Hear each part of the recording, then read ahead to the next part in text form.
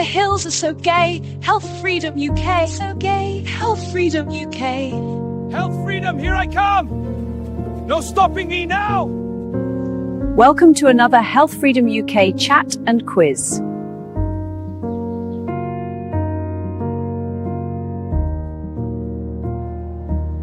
Don't hold your health cheaply. Watch Health Freedom UK's live weekly news and entertainment show Weekly. Health Freedom UK.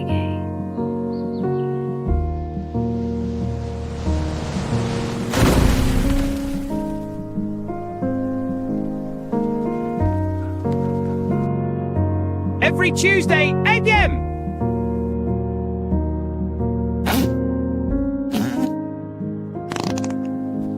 With not a Dr. Rob and Lowlands Pete! Where's the countdown? You can't. You wanted a countdown? Oh, no. Yeah, we should have had a countdown and then I would have played my fucking intro, but you fucked it up again already. Just start the fucking show. Start the Here show, we go. Our body makes it. Access it every night by going to bed by 9. Protein powder.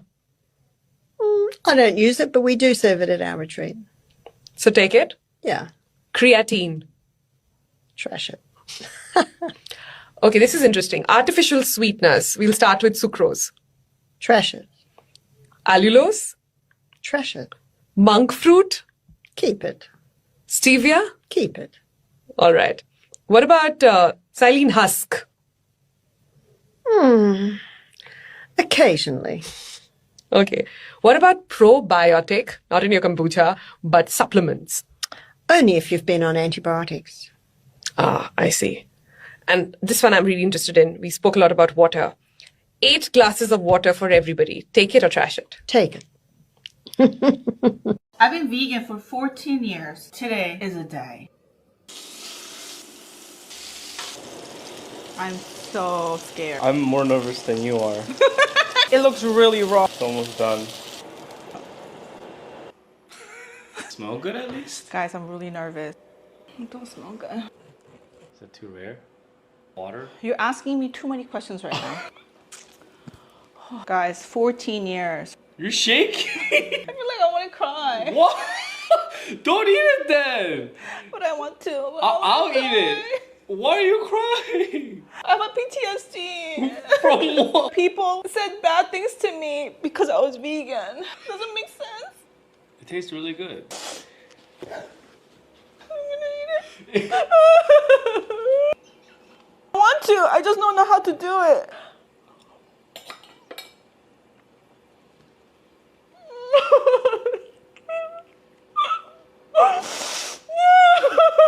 Are you okay? It tastes so good.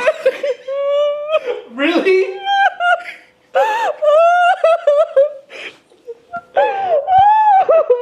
Oh my god. It's good?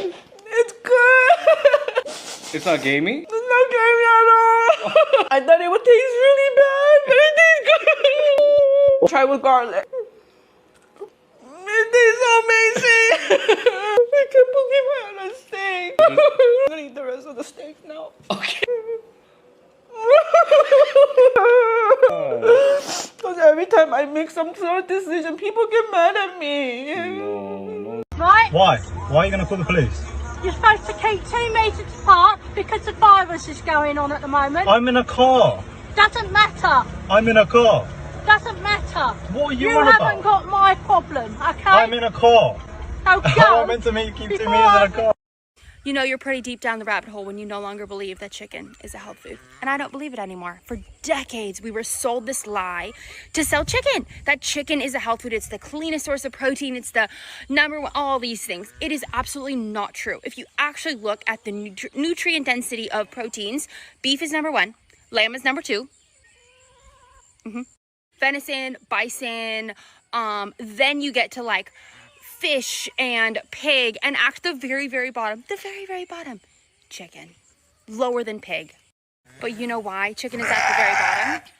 Because at this point, they have, I don't want to say genetically modified because I'm going to get in trouble, but selectively bred, we'll pretend, that they have selectively bred this so much that all the health, like nutrient density in the health food has been absolutely stripped from it. Like, they're not breeding these chickens to make them healthy. They're breeding these chickens to grow bigger, to grow faster, to eat less food. What are my sheep doing? And to be more disease resistant. Nowhere in there does it say, and to have a higher nutritional content. Literally, they freaking could not care less about us. If you know anything about marketing, you know it is all a complete marketing tactic, a marketing sham, because I don't want to say which company, a big, huge chicken company that you probably know of that begins with a T, wanted to sell more chicken in an era when chicken wasn't really being eaten that much. It was kind of a delicacy. Most people were eating beef. Most people were eating pork. They weren't really eating chicken. So in order to change the narrative, they had to change what people thought. Marketing 101. If you've ever seen these chickens be raised, they are some of the gangliest birds. They are ready in about 6 to 8 weeks. If you do not breed them, if you do not process them in that 6 to 8 weeks, they will start to, their legs will break, their hearts start to give out. Like, they are literally bred to grow big so fast. And if you don't then butcher them, they are living just miserable, miserable lives. It's really sad, honestly. So yes, if you're gonna stop buying one thing at the store, please let it be chicken, because my freaking goodness, it is not. We have been lied to for decades. In case you're wondering what chicken should look like. Dun dun dun. Look at them walking around. They're about to all come out. They're all healthy. Yep. Hi, hun.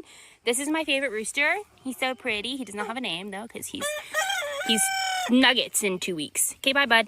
So this is all true, and it's very shocking to hear, but if you go off of nutrient density in meats, chicken is almost ranked dead last in everything, which is just wild because we have been told the opposite. So here's the order. It goes beef, lamb, bison, venison, fish, pork, and then chicken all the way at the bottom.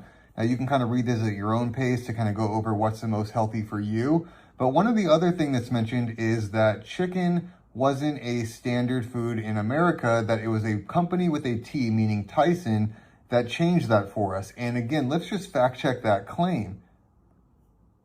Here it is. Chicken was normalized in America because of marketing. Chicken was historically more of a delicacy or seasonal food in the US, not an everyday staple like beef and pork. But here in the mid-20th century, campaigns via companies like Tyson successfully repositioned it as a cheap, healthy, everyday lean protein alternative. So this was done to increase market share.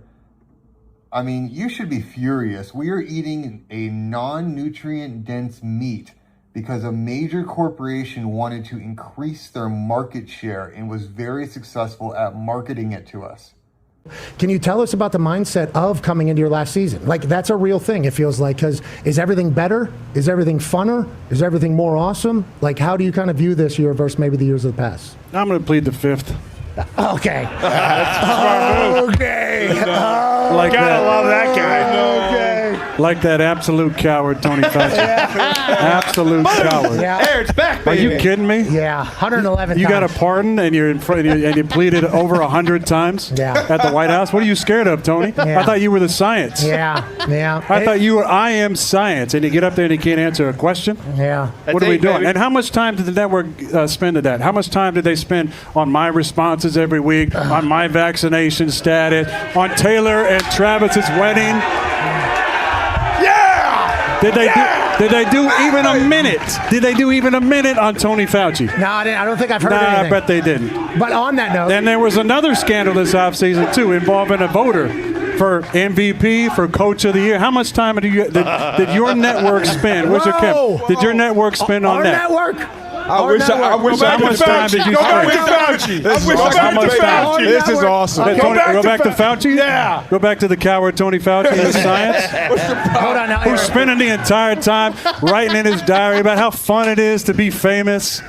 You got to be kidding me. Okay, so on that note, What are you going to say about me now? Debate him, What are you going to say about me no, now? I got no debate here. You had a 500. No, seriously, what are they going to say about me now? Now you can't talk about the COVID stuff because obviously it was made, in a lab in China. That's like not even questionable anymore. Tony Fauci is an absolute criminal. I'm on good terms with my family. I'm on good terms with my family. What are you going to say now? What are you going to say now? I want to let you know, it's been a fun ride for you, I would assume, over the last couple. It's been a great life and a great career. And it's nice to be sitting on this side now, especially after that coward played the fifth over 100 times. Okay. I thought you had a part in there, Tony. Why couldn't you answer one question? When this thing happens, it has to do with frequency.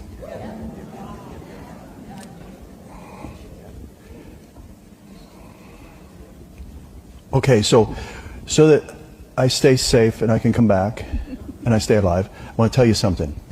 I will give you a hint of what he showed me. It's going to happen. And you have to get rid of these metals in your body. And I know exactly how to do it very easily. If you want to do it fast and quick, it would be green drinks. Anything green. And, you know, the whole fiber thing and all that. I know. But what I'm saying is there's something with chlorophyll that has to do with, it matches, it's very close to your blood in its structure. That's all I'm going to say. Okay, so you have to have a carrier that will grab things and take them out of your body, okay? That's why I wanted her to speak to you about this. So, if you want to know what's going to happen, and it could happen tomorrow, it could happen, but they're going to say it's something else. You're going to have to do your own thinking about this. I don't want to get in trouble. But just stick a piece of foil in a microwave and picture that in your body.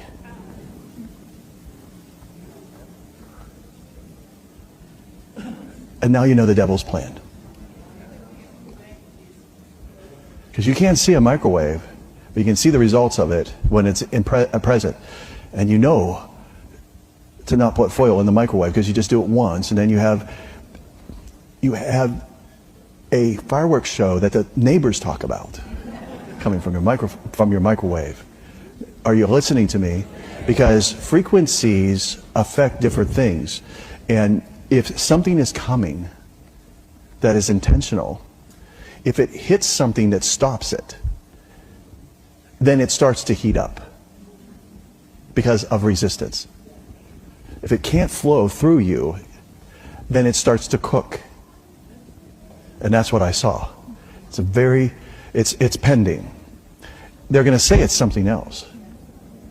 If you don't know the truth about polio, it's simply because you've never looked or you just choose to believe the lies. Because I can tell you, there is lots of information out there about the truth. Polio first started around the same time that an insecticide called Paris Green was starting to be used, which then eventually was turned into DDT. They were literally spraying DDT on children. Many doctors and scientists tried to speak out about this. Then come the polio vaccine, which was FDA approved 2 hours after a review. So you'll want to look into the Cutter incident, where the experiments were done on orphans. And after mass vaccination, 40,000 children ended up with polio-like symptoms, 200 had severe paralysis, and 10 died. And those were only of the ones that were recorded. Jonas Stock was the doctor who worked on the polio vaccine, and he admitted that it caused polio. After this, polio symptoms were renamed, so it looked like the vaccine eradicated the virus. 1959, the vaccine was found to contain cancer-causing agent called SV40 monkey virus. Dr. Bernice Eddy was removed from the lab and demoted after reporting this finding. It wasn't until 2013 that the CDC finally admitted the cancer-causing agent in the vaccine. SV40 is still found in tissue of cancer patients. American Cancer Society states by 2030 there will be 1.9 million new cancer cases. How many of these cases do you think are going to be associated with vaccines?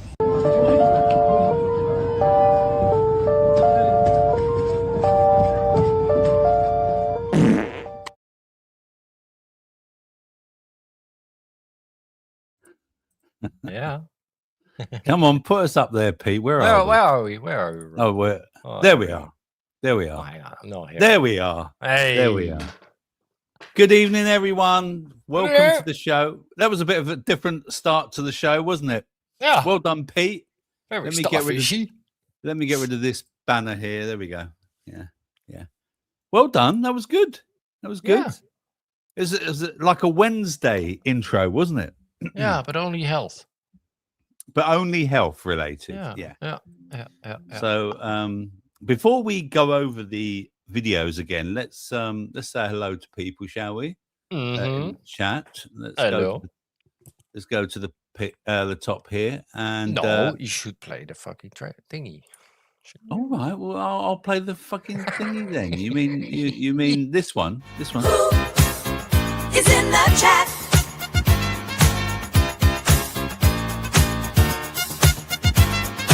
Who is in the chat tonight?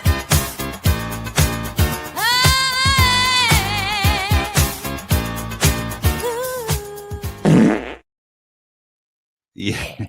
Yeah. Here we are. It's Rob's show, so yeah. No, it's Rob's show with Pete's first not a Dr. Pete. Yeah. Not a producer, Robert. Producer of self. Thank you, Pete. Yes. Yeah. Don't forget, my son Matt has come up with this brilliant idea. It's called a QR code. We're getting really look at up there in the corner. There we are. It works. You scan that QR code, and you will get yourself a 12% disc. What was that? That was something falling. And you will get yourself a 12%. No, I'm cleaning something. Right, you'll get yourself a 12% discount. But if you don't want to scan the code, you can go straight to www.healthfreedom.co.uk, and in the discount code, you put in health12 for 12% off your very first order. There we are. Ooh, all right. Nice. Isn't this nice? I'm getting all modern now. Oh, yeah. Getting all modern now. And right, let's say hello to the people in the chat. Meow for James. Kitty was first, but of course she was first for James. And next up we have Lynn. Lynn's here. So I'm in the right place then. Yes, you are. Good to have you here, Lynn. And Mascara is here as well. And then we've got going down here, Cookie and Michael, Amanda. Come on, Pete. Don't be a pussy. Nothing to be scared of.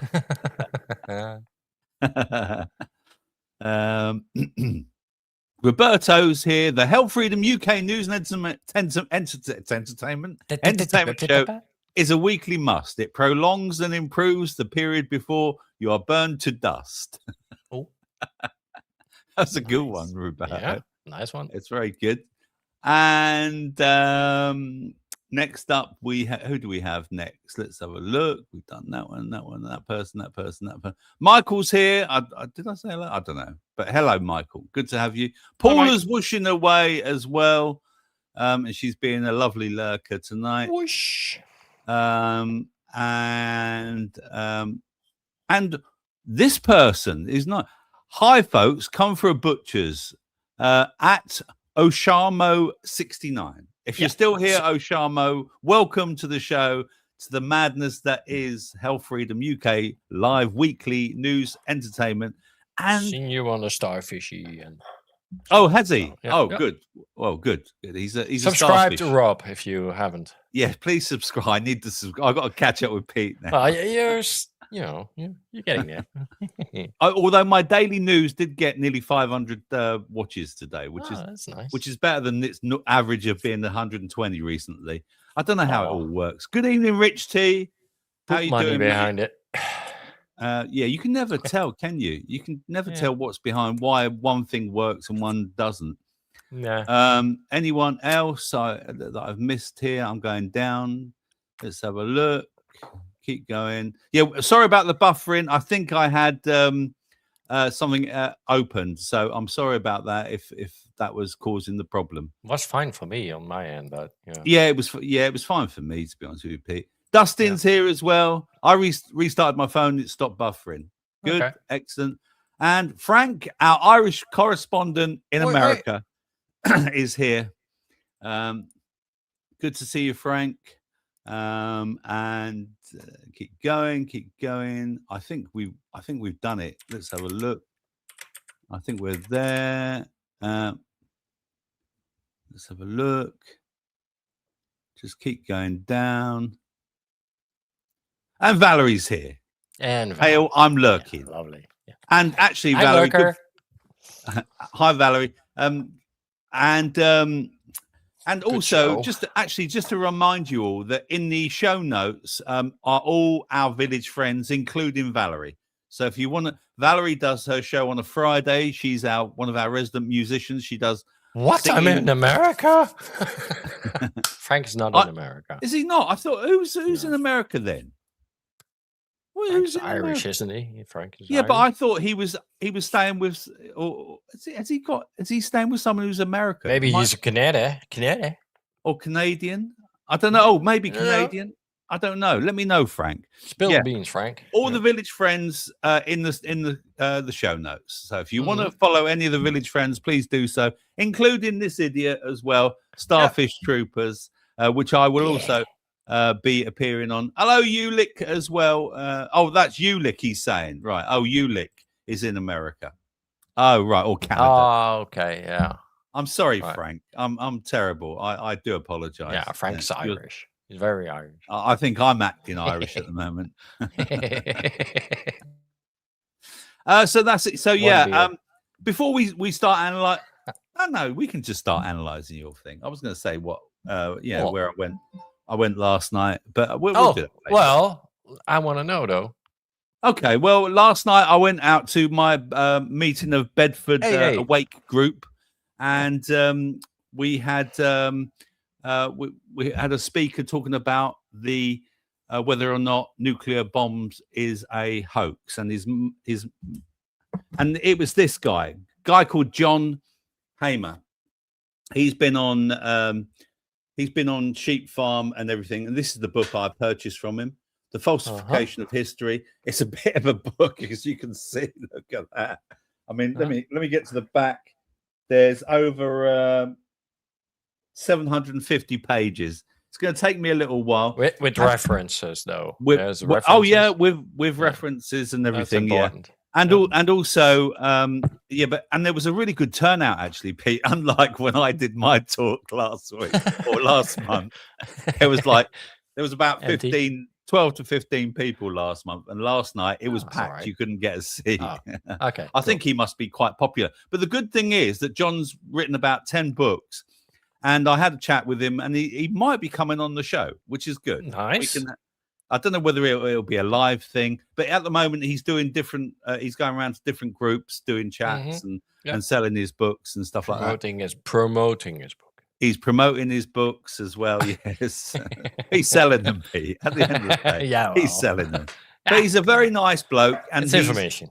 He's very northern. He's very northern. He talks like that, you know. He's very northern, Halifax area, that sort of area. But he's a top bloke. He really is a very nice guy. So hopefully we'll get him on, because he did say that he'll come on. But I'm still waiting for your memoirs, Rob. Shut up, Pete, you twat. Well, all my jobs that I've done, I could write a book on all the whole list, couldn't I? Yeah. I could write a job, a job book, my job book. What I did. My career. Do you know what? I've never thought about writing a book, but you never know what's going to happen in the future, do you? Yeah. You just never know what could happen in the future. You're learning, so yeah. That's it really. Yes, it was a great evening. Really enjoyed it. And I'm getting lag on the stream. What the fuck is happening? Okay, I don't know what's going on. Maybe it's just YouTube. Maybe it's 'cause it's so fucking hot, Pete. Maybe it's just because it's just so hot. But let's go over your videos, Pete. Let's put them up and let's have a chat about those. Let's start them again. We're starting with Barbara O'Neill. This is Barbara. Check Barbara. Protein. Let's have what is she saying here? Let's have a look. Creatine. Now that's an interesting one. She's saying no.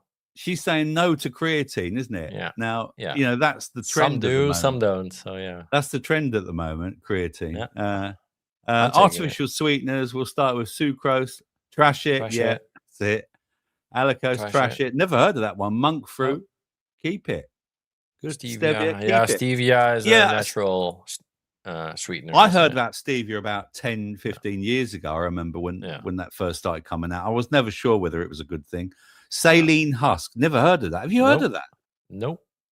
I've never heard of it. Occasionally. Okay.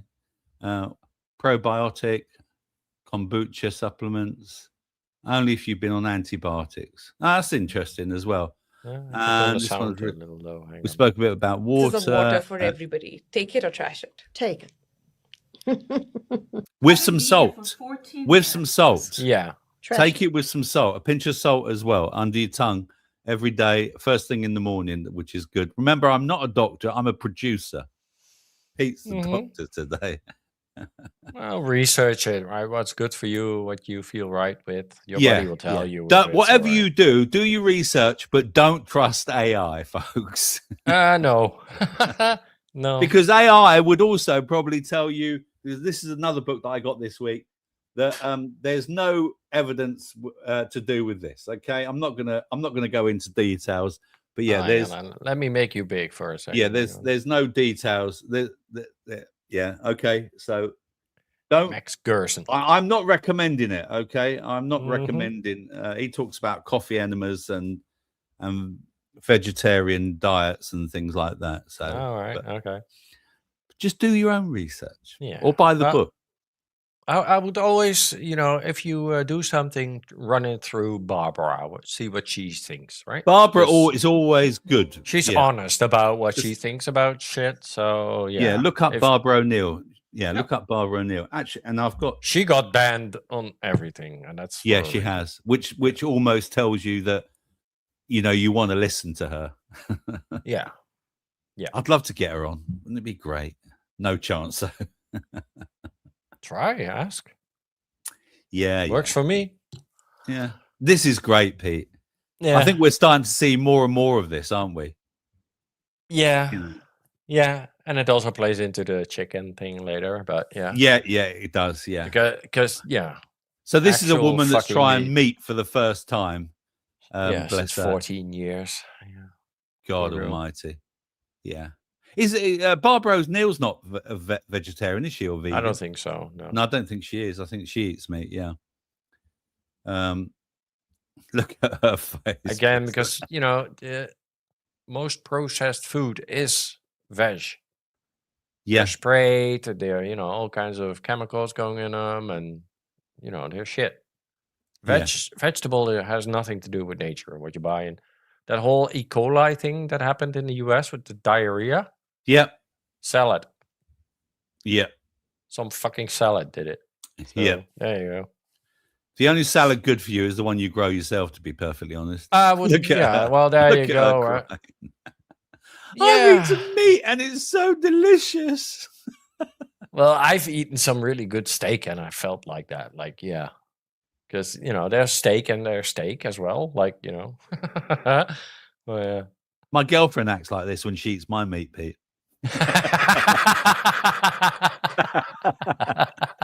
It's so delicious. Oh, it's too much. Yeah, let's skip. Okay, hang on, let me.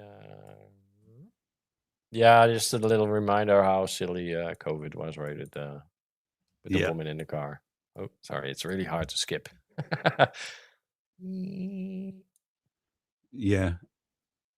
it. Just a reminder of how mad it was, wasn't it, Pete? Yeah, and I got a lot of these clips. I remember all these clips, like, Yeah. This was science.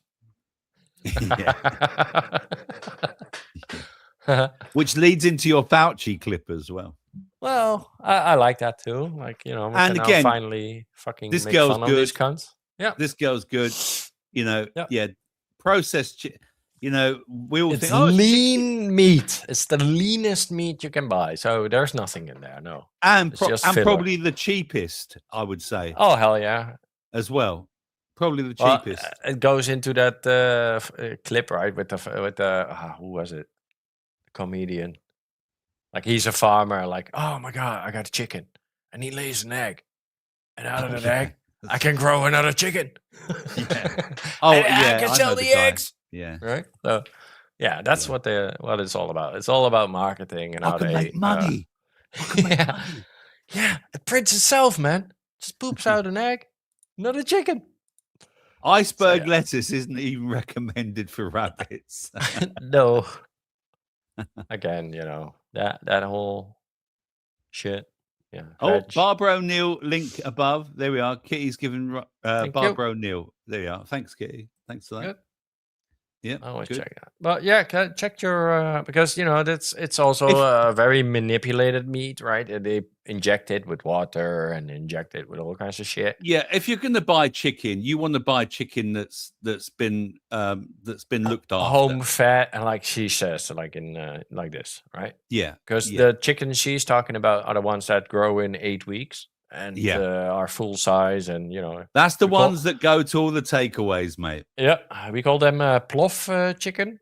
Plof, Plof, like explode. Yeah. Oh yeah, they explode. They poop.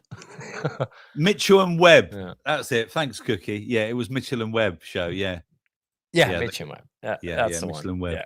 The Well farmer. done. Look up that bit. It's Yeah. So, but yeah, again, it's good when you're a bodybuilder and you're trying to be lean and dry and all that. You eat white fish and chicken. Yeah. Nothing else. And rice, maybe. It's funny. We It's are not on food. we're on the same lines because I've got a story about protein tonight as well. Funny. Good. enough. Yeah. Yeah. Well, Barbara said take protein. Yeah.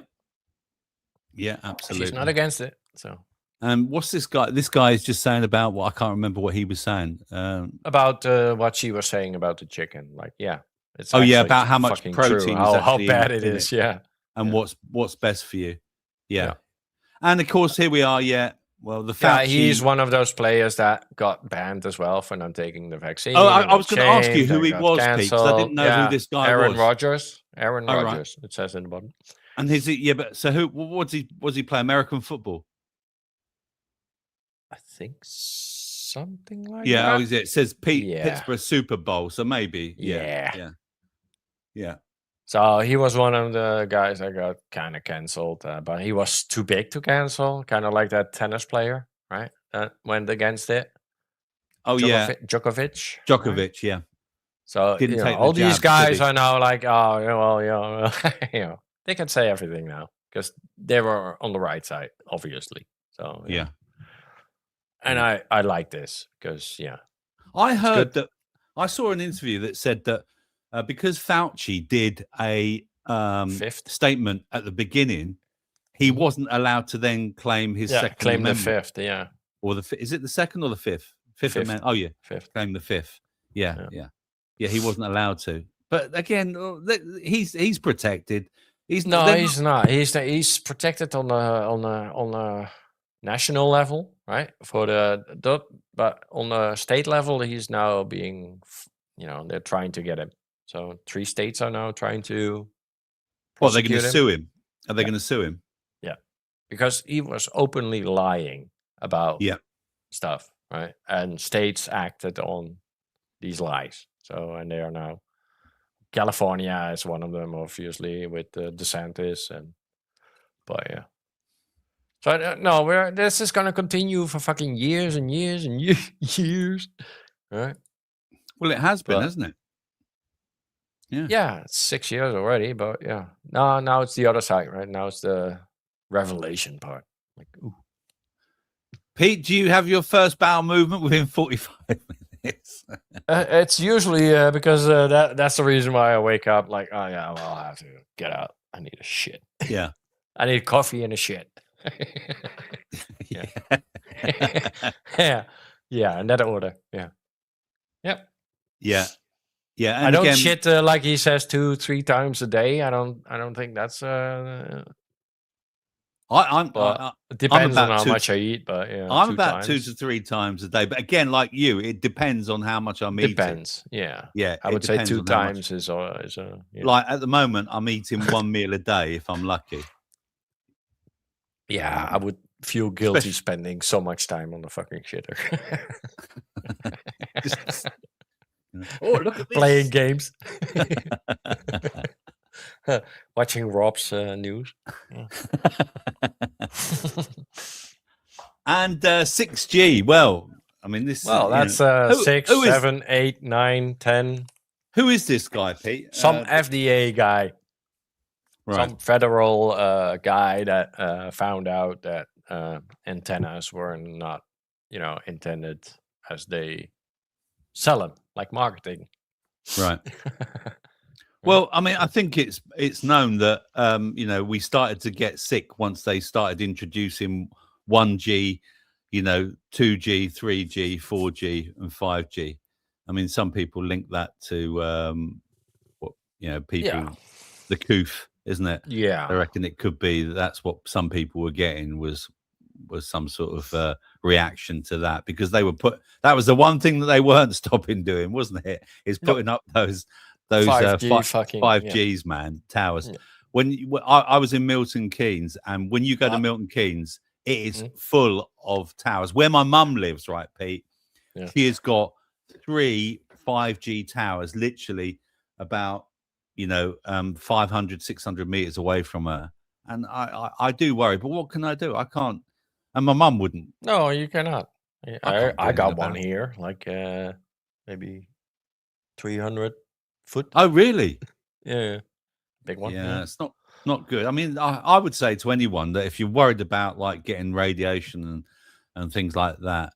Well, I'm in concrete with rebar fucking wired house, so I'm quite protected in my little Faraday cage. Yeah. I got terrible reception in my house, but yeah, smart city Milton Keynes kitty.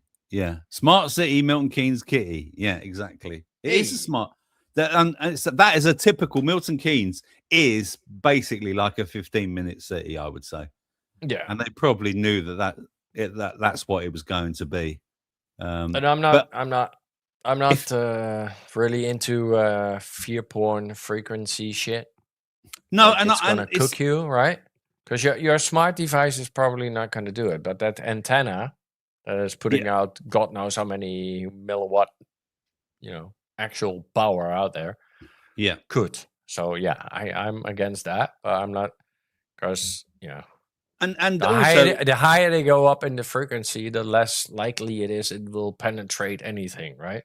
So it gets more detailed, so the precision gets higher, the resolution gets way higher.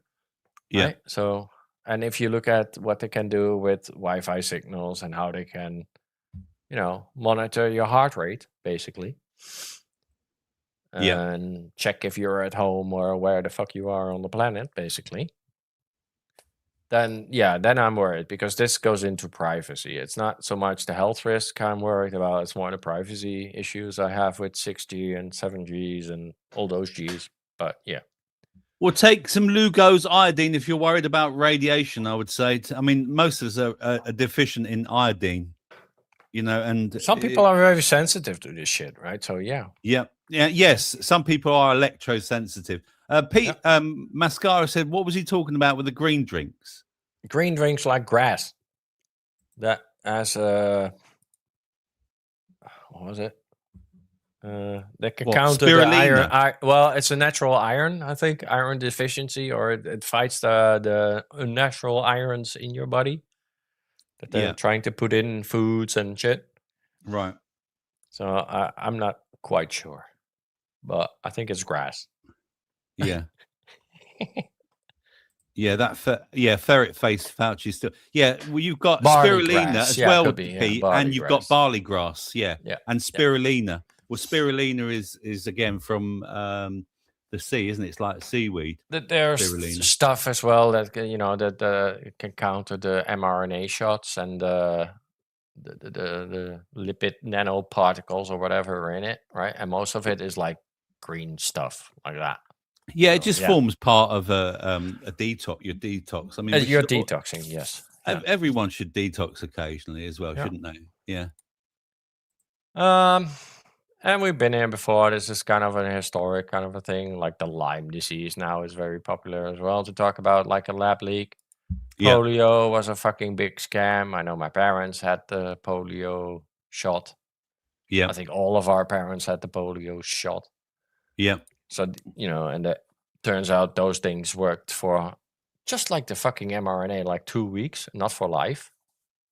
Right? Yeah. So, complete scam. And, you know, there was more polio from the polio shot than actual polio.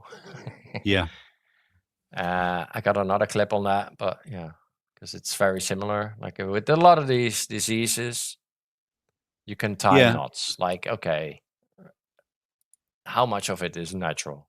It's interesting because John Hamer, who I saw last night, he was saying that he doesn't believe that viruses exist. He's with me. He doesn't. He thinks it's all related to either, you know, what they're spraying, Vaccines. what they've sprayed, or maybe the jabs or things like that. So yeah, carbonated natural things that, you know, lead to certain outcomes. Yeah, but yeah, no, it's not a virus. I don't believe that either anymore, really. But yeah, because so much is coming from a lab, right? Yeah, none of it is naturally. And if I look at COVID, I don't think it came from a lab. I think it's just the flu. Well, right? And they're using the lab leak as an excuse, but yeah, but that's my feeling. But yeah, my opinion is, Pete, that when people get jabs in the winter, especially, you know, for the flu and stuff like that, that's what they're probably reacting to. I mean, let's not forget that when the coof came along, they said that flu had gone on a holiday. disappear. Yeah.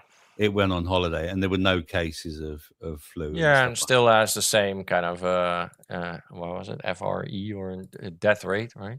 So Yep, absolutely, Cookie. It's all about terrain theory. Yeah, Indian touches soap for the first time.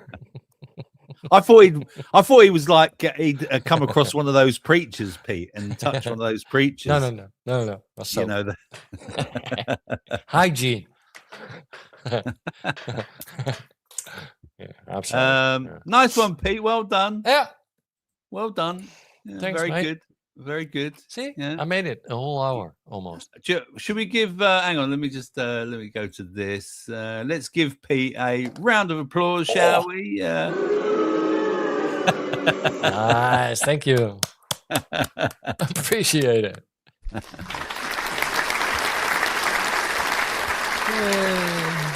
Pete's first intro on the show. All right. No, that's enough, Rob. Pete's first intro on the show, and it started as a no-go, but he got there in the end. Thank you very much. Don't forget, you're watching the Health Freedom UK news and entertainment show live here on a Tuesday at 8 p.m. with me, not a producer, Robert, and not a Dr. Pete. Yeah. Well, we've got more news articles coming up for you. We've got some memes coming up for you as well, and also some music as well. Talking of memes and things like that, Pete, let me. I did have some stuff that I uploaded that I wanted to share with people. Let me show you this. Talking of health and stuff like that, this is a good one. I saw this about how you can get beef fat cheaply by just visiting the butchers. Have a watch. This isn't oil. It's £2 worth of cod fat I rendered in an air fryer. Cod fat is actually from beef, and it's what most premium tallow companies use for their product. I bought this at the farm shop, but you can get this online, or potentially you could get it from your butcher. This piece cost me £1.89, and it's going to give me more tallow than you get in a premium jar. That, my friends, is 7 times cheaper. So cut it up into small pieces. I'm placing it into a glass tray that goes into the air fryer basket on top of a crisper plate if you have one, rather than placing it straight into the drawer where the airflow can whip it up the sides. Air fryers push air down and circulate it back up, so my thinking is that I don't want the fat to be pushed down and then circulated back up into the heater element element where it can smoke. Now additionally, you want to make sure there's plenty of space between the top of the fat and the heater elements for the same reason. I have also seen people put the fat straight onto the crisper plate to have it go crispy. But doing it this way means you get a lighter, clearer tallow without any burning or crisping, and you'll see what I mean in a second. We're going to do 3 10-minute blasts at 150 Celsius, which is about 300 freedom units. That's 1 stir, another 10 minutes and a second stir, and then another final 10 minutes, and then we'll strain this out and be sure to use a spoon to press every last drop out. Absolutely no fat left in there, beautiful. Now allow this to cool and then into the fridge. Google tells me that this will last 12 to 18 months in the fridge, which is a lot of time to cook a lot of steak. It's a wonderfully healthy fat for cooking with a high smoke point. Use it like you would oil for cooking everything from steak to eggs. Yep. There you go. Yeah, nice. Lord. Beef fat. I tell you what, I've been using ghee recently, Pete. Have you? Do you use ghee? I don't know. I have to look it up what it is. Ghee is what they use in Indian cooking. Butter. I'll show you. Stay there. Bear with me.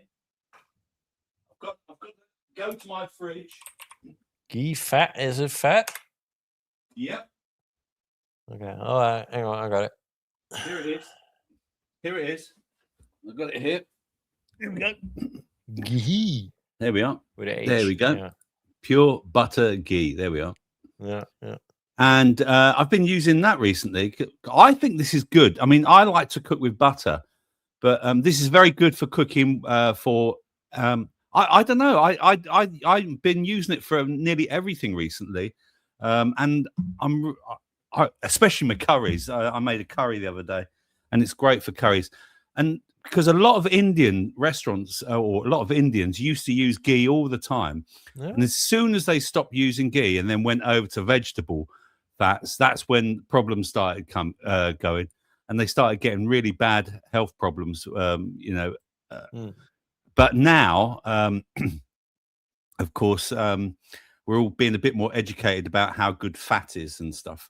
And talking of fats and things like that, where is it? I wanted to share this with you. Now, there's a link in the show notes for this. Okay, this so instead of doing some music at the industry that generates billions of dollars each year for pharmaceutical companies and food manufacturers. You just can't get away from high cholesterol. More than 40 million people now take medications known as statins to lower their cholesterol levels. Statins have become one of the most widely prescribed categories of drugs in medical history. These are the #1 profit makers for the pharmaceutical industry. These are the darlings of the pharmaceutical industry. This is their babies. However, a number of doctors and researchers have for decades been questioning the role cholesterol plays in heart disease. People believe it to be true. They believe they've read it. It's not there. It's just non-existent. And strong evidence exists to suggest that the benefits of statins have been exaggerated by pharmaceutical companies keen to increase their profits. We are beginning to see now that a lot of the facts that we are given are actually somewhat manipulated. Doctors are not trained in nutrition. They know no more than you do. It's a very hierarchical world, medicine. International opinion leaders say it, the national opinion leaders agree. No one's going to stand up and go, well, I don't believe that. This stands as organized crime, but there's a lot more money in this. And in fact, many, many more people get hurt. When we have a cholesterol test, the results are usually described in terms of good cholesterol and bad cholesterol. The good cholesterol is called HDL and the bad cholesterol is called LDL. What HDL and LDL are carriers. These molecules are made up of fats, proteins, certain vitamins, and other structural factors, and within them the cholesterol sits. So to a degree, the HDL and the LDL are transport mechanisms, or little lorries that carry the cholesterol to the parts of the body that need them. And we've been given the idea that the high density lipoprotein is good for us and the low density lipoprotein is bad for us. But we also know that a lot of other things are carried. CoQ10, which is a specialized enzyme required in many different processes, but predominantly needed in mitochondria, which are the little batteries that live inside cells and give the cell energy to function in the way that it should. A cardiac muscle, a heart muscle, can have 2,000 or 3,000 mitochondria, and without CoQ10, the process of turning oxygen and sugar into energy is not going to function at an optimum. Beta-carotene, the more functional form of vitamin A in the body. We also know that vitamin E is carried by the HDLs and LDLs. And this is a very important vitamin because it's a powerful antioxidant. Cholesterol-lowering medications, in particular statins, are prescribed to lower bad cholesterol levels. However, a large study published in the American Heart Journal in 2009 found that the level of so-called bad cholesterol is actually lower in people with heart disease, not higher. This study included around 137,000 people who had been admitted to hospital with heart disease. It included patients from 541 hospitals in the United States. All of these people had their LDL level measured within 24 hours of admission.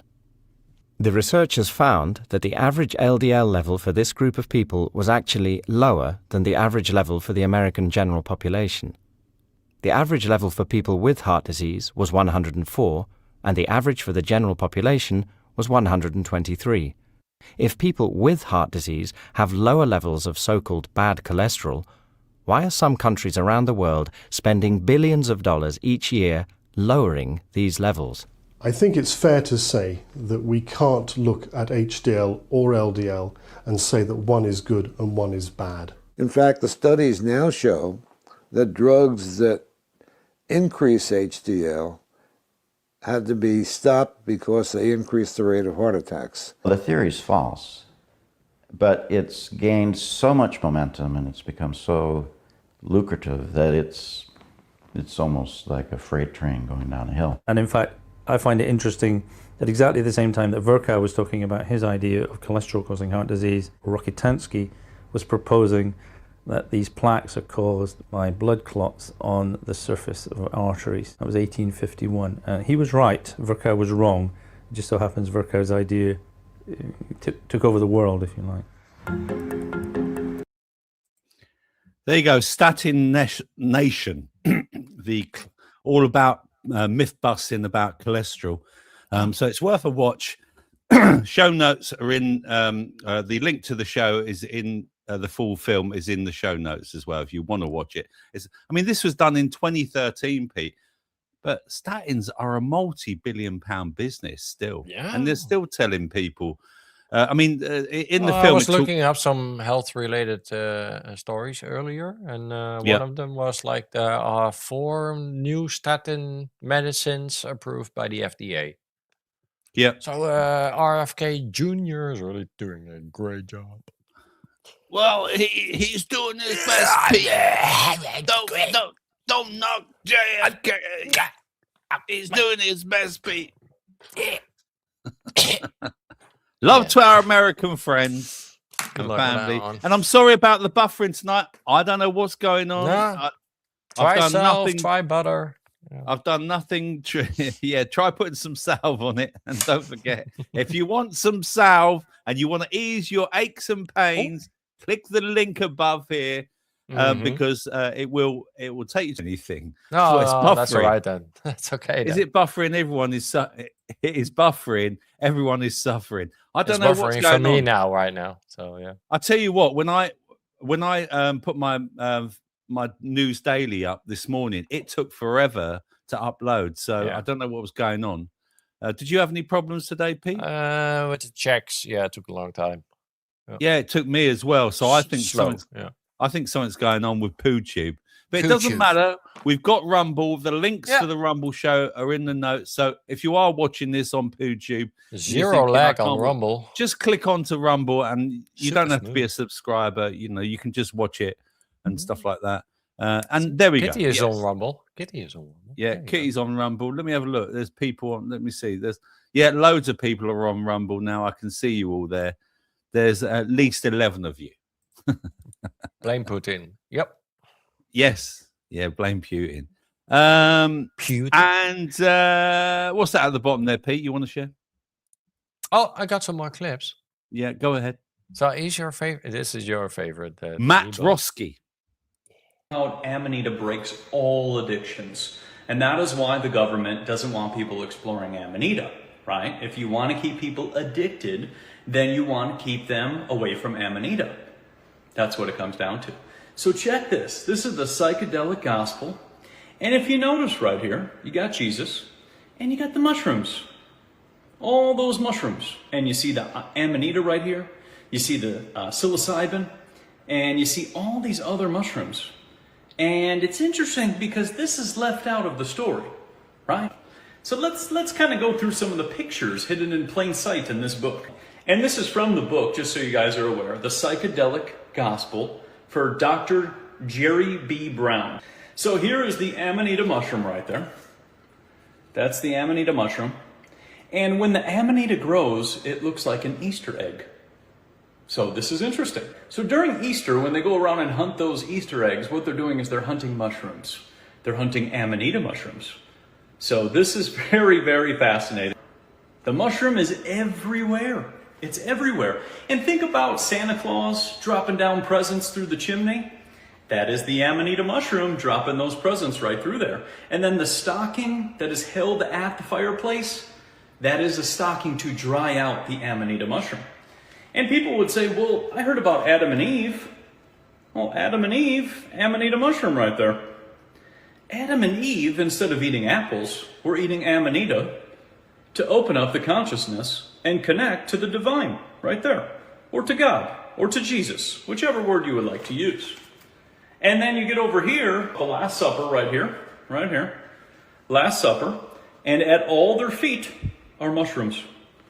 All mushrooms. See? Pretty darn wild. And then, just keeps getting deeper, you get into plate 13 Genesis, right here, in 1200 Paris, France. Right there. And you'll notice right up on there, all those mushrooms. And you know all those churches that were blown up in Germany during World War II? They had mushrooms on them. Amanita mushrooms were all over there. And I'm just putting it out there, right? I'm not against anybody. Anybody can study anything that they want. They can have any religion that they like. But I just want to put it out there because it's interesting. I grew up Lutheran, right? So I grew up Lutheran, and it was just pretty casual. And all those stained glass windows representing mushrooms as well. There's so much in here when you think about it. You walk into a church or cathedral in the stained glass windows and you saw mushrooms. Well, that would kind of change everything because you're seeing fractals. Fractals are connected to mushrooms. And what are you seeing right there? You're seeing a fractal in the church. It's almost like they were telling you this whole time, you know? Yeah, I like Matt. I mean, I don't agree with everything that Matt does or says, Pete. He's too casual. He's like, oh, yeah, well, you can do this. Well, yeah, no, but he's not for everybody. You have to know what you're everyone. doing. It's not for everyone. No, absolutely not. And I have interviewed Matt Roeske. He is in my. I don't think they've taken it down because when he first started, I was one of the first people that contacted him, and I was lucky enough to get an interview. I should try and contact him again, see if we can get him on. Yeah, that'd be good, wouldn't it? Because I had about 5 subscribers then. And maybe even we could get on Clive de Carl. Clive de Carl. I don't mind a bit of cannabis. Yeah, because you have to do some study before you even try to do this, and you have to know if you're psychically capable of fucking handling shit. Has become so broad that anyone of any age or intelligence level can now be diagnosed with the condition. And let me tell you that you can in workplaces you can actually say, "Oh, I've got a bit of ADHD, or I'm a bit autistic, or whatever," and legally, your workplace is not allowed to contact your doctor to confirm it. No, legally they're not. So you can even say, "Oh, I'm having a bad day today. I can't come in because of my autism or whatever." Now, she argues that autism has evolved from a specific medical diagnosis for severe development difficulties into a catch-all diagnosis as part of a popular culture driven by social media and this word in particular, neurodiversity movement, and a cultural desire for identity. Frith highlights several key factors contributing to this misuse, the almost magnetic attraction to the label. Since the 1940s, the definition has expanded from a small group of children with severe issues to include individuals with milder traits, no language problems, and high intelligence. Online platforms have spread simplified. What are you doing, Pete? Sorry, I'm cleaning my desk. Online platforms wiping some shit from my desk have spread simplified or misleading ideas, encouraging self-diagnosis and creating a search for identity that lowers the diagnostic threshold. The lack of a biological test and reliance on self-reporting, combined with concepts like masking, suppressing traits to blend in, making it difficult to falsify diagnosis or distinguish autism from other conditions like anxiety or ADHD. Frith contends that the current broad spectrum risks confusion, distinct conditions, potentially leading to wrong treatments or a lack of appropriate support for those with genuine severe needs. She calls for a rethink of the diagnosis framework, suggesting that splitting the broad spectrum into cleaner, more precise subgroups is necessary to prevent confusion and ensure accurate care. This warning comes amidst a surge in diagnosis, with the UK waiting list for autism assessments tripling since 2021 and global diagnosis rising significantly over the past few decades. Yeah, I'm just hearing this all the time. You know, I think I'm a bit autistic or whatever, and I do think it is being really over-diagnosed. What are you saying in the chat? Cookie says neurodivergence makes them feel special. I'll just spit that out. Yeah, absolutely, mate. Yeah, absolutely. Pete, well, you? We do think that you're a little bit autistic, though, Rob. Oh, thank you. Yeah, but in a good way, not in a bad way. Mascara thinks you might be wiping the gum off the mat. Oh, it was me. I was wondering what he was talking about. Okay. Yeah, no. In a world of mass media exposure, people are desperate to be seen as an individual. Completely right. Yeah. And Mad has given up on YouTube. What the fuck? Yeah.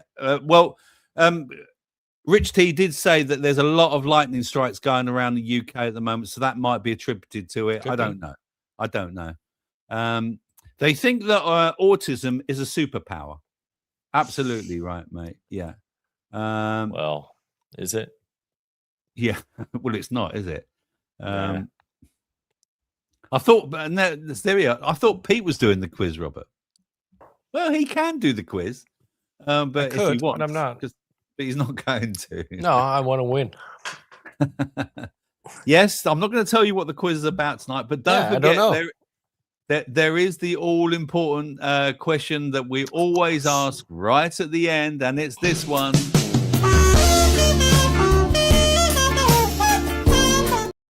Yes, it's the George Michael question. You've got to know your George. So know your George. Let's move on. Let's remove this one. Let's take this one down. Remove from studio. And as they're coming up with new jabs all the time. Yes, they're coming up with new jabs all the time. And so now what they're coming up with is a new jab for your blood pressure. Yeah.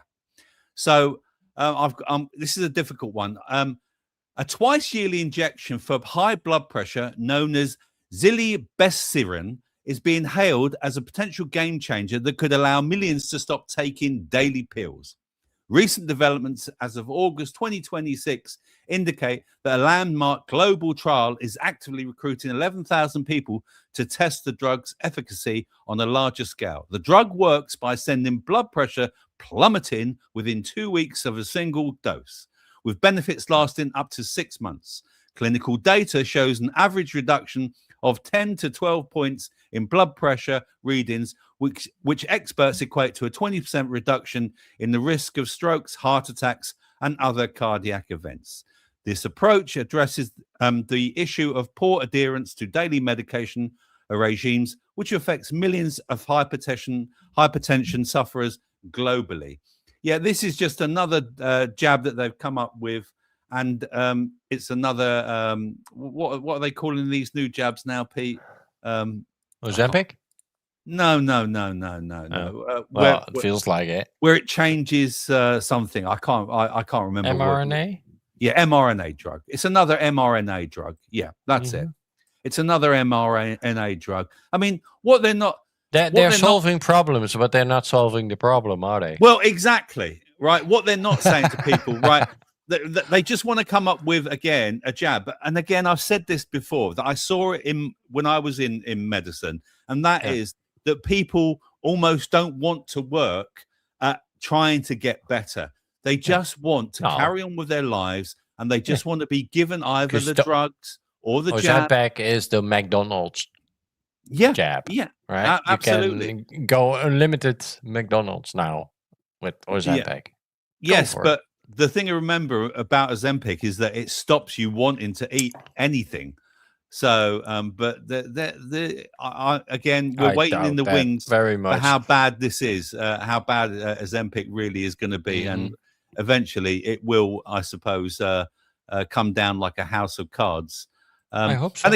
And again, moving on now, let's talk about this one. This is quite bad. This is quite a bad one, actually. Puberty blockers has come into the limelight again, unfortunately. So the Pathways clinical trial led by King's College London has been cleared to begin recruiting children as young as 11 for puberty blockers after the UK High Court rejected a legal challenge on July the 31st, 2026. The study commissioned following the 2024 case review, which found that evidence base for such treatments to be remarkably weak. Well, what a surprise. It will enroll approximately 226 participants aged 11 to 16 with persistent gender incongruence to assess the physical, social, and emotional impacts of puberty suppression over 2 years. So the trial details are as follow. Recruitment starts scheduled to begin on August 1st, 2026, following a pause in February 2026 due to safety concerns by the MHRA. The trial protocol was modified to include stricter safeguards, such as a minimum age limit of 11 from birth-registered females, 12 for males, enhanced monitoring of bone density and fertility, and cleared miscontinuation criteria. Participants will undergo intensive psychological screening. Half will start treatment immediately, whilst the other half will wait 12 months to serve as a control group. The High Court judge ruled that the claims regarding inadequate safeguards lacked a realistic prospect of success, allowing the NHS-funded research to proceed despite opposition from campaigners concerned about the long-term harms. Can anyone guess how much, these participants in this trial are going to get? Is it £1,000? You can do the ready, Pete. Is it £1,000? Is it £750?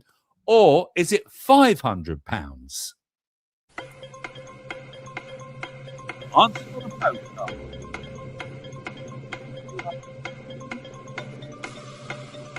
Well, how much are they going to get paid for this? Is it going to be £1,000, £750, or £500? You can get an extra point for this if you get it right. All of them are really low, I have to say. To go forward to the quiz. So, Pete, what do you think these that's really low, because here these you kids are going to get? Are they going to get £1,750 or £500 to take part in this trial? 1,000 minimum. 1,000 minimum. Okay. Yeah. And let's have a look then at the what people are saying. Cookie reckons it's 500. Mascara says 1,000. Kitty says 500. Dustin reckons it's 750. Manda thinks it's 1,000. Paula reckons it's 750. Michael reckons it's 500. Frank reckons it's 500. Roberto 750. Sparky says it's 500. And yeah, 500 from Frank. Wow. So the actual answer is it's £500, but it's not. That's crazy. It's not £500, Pete, in money. It's £500 in love to shop vouchers. Wow. So they're going to get, and they have For to take part. life-changing They get experimental £30. therapy. They get £30 worth of vouchers for every bit that they take part in. Great. Yeah. Yep. Fantastic. Wow. So I know they have medical trials here. As a student, they offer them very much like, try this pill and, but you can get like £6,000. Yeah. £7,000 for a 3-week trial of a couple of pills, right? You probably get AIDS afterwards, but wow. Yeah. It's really, really bad. Really bad. Not good. Even for $1 million, I wouldn't do it. But okay, look, fucking hell, crazy. It's terrible, But there you go. Because these industries are going to make billions out of this, right? Yep. Yeah, they are. They will. So, and these kids, these guinea pigs are just guinea pigs are getting peanuts, and they're just pennies. getting peanuts. And you do wonder who are these kids. I mean, we're never going to know, are we? We're never going to know. Well, I know the parents. Yeah, but again, is it the parents? Of course. Or is it just kids that have been like from like broken homes and etc.? Could be that too, sure, but no, it's parents. Yeah. Well, if it is parents, God help. Look at Hollywood, man. Look at fucking what they are doing over there, right? Yeah. It's normal though. If you don't have a tiny kid, you're not normal. It's true. Let's have a music break. Very quick, short music break. This is only about 2.5 minutes. Enjoy. We'll be back very soon with more news. See you in a minute. Yeah.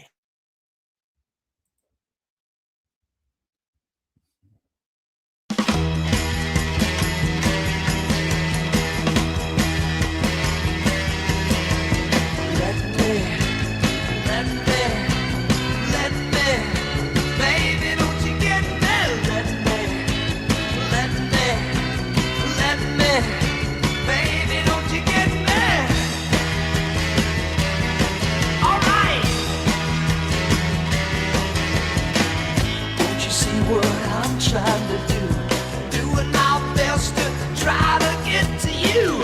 Can't you hear what I'm trying to say? All the right words, but still you run away. Let me, baby, don't you get me? Let me, baby, don't you get me? Come on, baby, won't you let me?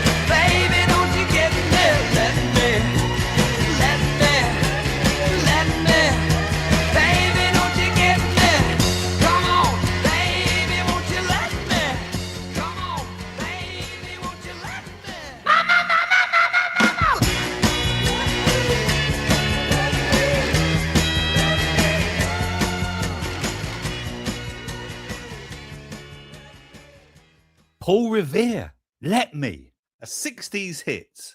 I think, do you know what year that was, Pete? Have a guess. 60s. Come on, anyone guess? Anyone 58. 58. No, it was a 60s hit, you twit. Whilst you're 68. thinking, it was. You can all have a guess in the chat as well. Have a guess what year that was. Pete reckons it was 68. I've been asked to say hello to Gaynor. I don't know. It might be a bit late. She might have buggered off by now. But hello, Gaynor in Florida. Hello, Gaynor in Florida. So there we are. So we're getting 63. We're getting 65, 65, 64, 64, 62. Paula. 65 Ulick. It was actually 1969. Yes. The magic number. I'll go with 66 as Michael. Nearly Michael. Close. Hello, Lance Ripper. I don't trust 68 anyone was who doesn't closest remember though, the so I 60s. won. Absolutely, mate. Yeah, the best people were born in the 60s. Nah.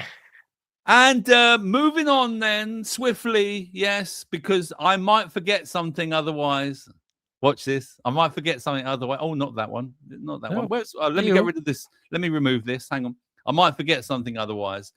Dementia patients to block a quarter of NHS beds. Do you like what I did there, Pete? Yeah. I got it. Yeah, I got it. Oh, wrong one. Thank you. Yeah. So, dementia patients have been are blocking a lot of beds. Apparently, dementia patients account for at least 25% of delayed discharges for those over 65, rising to a third after 3 weeks in hospital. The NHS is acting as a substitute for social care, with patients frequently sent home with only a leaflet after diagnosis due to a lack of support services. Patients are waiting an average of 3.5 years for the first symptoms to be diagnosed, with nearly 6 months spent waiting for a specialist referral after seeing a GP. Almost a quarter of NHS dementia staff feel unable to provide the best care due to being let down by a system that isn't keeping pace with demand. The number of people with dementia in the UK is expected to reach 1.4 million by 2040, placing unprecedented pressure on an already overwhelmed health service. And again, you could ask the question, well, what's causing dementia? Maybe it's something to do with diet, etc. But I mean, when I remember, Cookie can vouch for this. There's so many when Cookie was in hospital, and when I saw my mum in hospital, there are so many patients in that are just blocking beds, basically. And I think it's also a social thing, Pete, where we've forgotten, forgive the pun, that to look after our own people, and also families are becoming more fragmented. We don't have family close by that would normally look after. Look after each other. If you look at a lot of the Asian families, you don't see a lot of Asian patients in hospitals with dementia and things like that, because they're looked after by their families at home. Well, no, it's diet. So Diet they have less dementia, right? Yep. I think statins, and they have their own kind of Asian statins, medicine. Yeah, statins. Yeah. Remember, your brain is full of cholesterol, whether you want to call it bad cholesterol or whether you want to call it good cholesterol. But cholesterol is the fat that keeps your memory. Let's not forget that. And as a family member and all that, dementia is devastating because they don't know you anymore. No. So you might as well just put them in a fucking home, because it doesn't matter, because wherever the fuck you put them, they'll be happy wherever they are. So yeah, that's the stage you're in with demented people, right? So yeah, it's devastating for at least they don't know, but it's very suspicious that it's that it's happening now. All that. Yeah, I agree. My mum's on statins, Pete, and her memory's getting worse. But I can't tell her because I don't wear a white coat. What do I know? What do I know? You're not a doctor, so yeah. Exactly, I'm not a doctor. It's your title. Rich T reckons poppers don't help. No, a lot of things don't help, but Pete likes poppers. It opens his sphincter. I tried it. It's not nice. No, don't do poppers, kids. I They're didn't not like good it for you. at all, so don't do it. You might as No. well sniff glue or something shit like that. And here again, we're getting near the end now. Let's sticking with the NHS. This is about a doctor has been struck off. This is absolutely terrible, Pete. So a doctor, Yasir Rahman, an NHS surgeon, has been permanently struck off the medical register for serious professional misconduct after nearly killing a patient by connecting the wrong parts of their organs together during an emergency bowel surgery. The incident, occurred on August 25th, 2020 at the Royal Oldham Hospital in Greater Manchester, where Rahman mistakenly joined a section of the patient's small intestine to the stomach. This error created a closed loop that prevented bowel movements for 3 weeks and caused the patient uncontrollable pain and vomiting. The procedure was described by tribunal experts as totally unconventional, you don't say, and not compatible with life, with one surgeon noting it was as bad as it gets for a consultant surgeon. The patient's life was only saved when Dr. Anthony Ray, a consultant at the hospital, took over care and performed a second emergency operation to correct the mistake, resulting in the patient receiving a stoma bag. Rahman never apologized or admitted fault, instead claiming... Is he Indian? Well, with a name like Rahman, I would say he claimed that there was a witch hunt against him and telling the patient's family the initial surgery had been a success despite the complex nature of the surgery, which involved a tumor and previous operations, and struck him off due to his lack of remorse and subsequent failure to comply with prior GMC registration conditions. What worries me about this, Pete, is this happened in 2020. What has this doctor been doing since then? That's what worries me about it. Yeah. And I think this is terrible because it means that the whole complaints procedure is too bloody slow, in my opinion. It really I think is. I think I got a video of the school you went to. Oh, go on then. Go on then. Can you remove that one? Yeah, go on then. But here we go.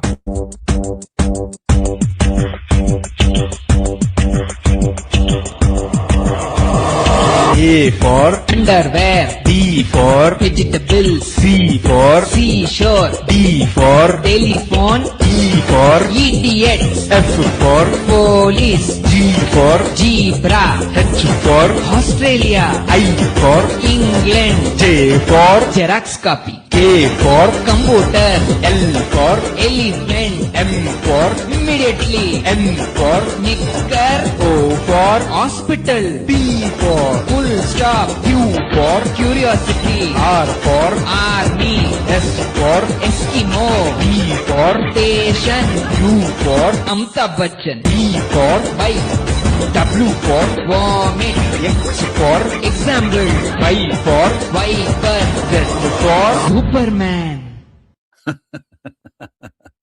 Yeah. I think he was Superman. He probably thought he was Superman. Yeah. I think it was a plumber. Yeah, I think he was maybe asleep that day when he performed that operation. Yeah. Honestly, Yeah. I really do. And this leads me into this story as well. So let me add this to the add it to the stage. Here we are. Concerns about doctors about to the GMC jumped 25% last year. So these are complaints that the GMC are receiving about doctors. Well, what a surprise after what I've just told you. So complaints against doctors in the UK surged by 25% in 2025, with the General Medical Council assessing 13,500 fitness to practice concerns, up from 10,800 the previous year. This represents the largest year-on-year increase in 2 decades, driven primarily by nearly 30% rise in reports from the public. Despite the surge, the regular impact on doctors remained minimal. 90% of cases were closed at the initial triad stage because they did not meet the threshold for investigation, and only 160 cases proceeded to a medical practitioner's tribunal.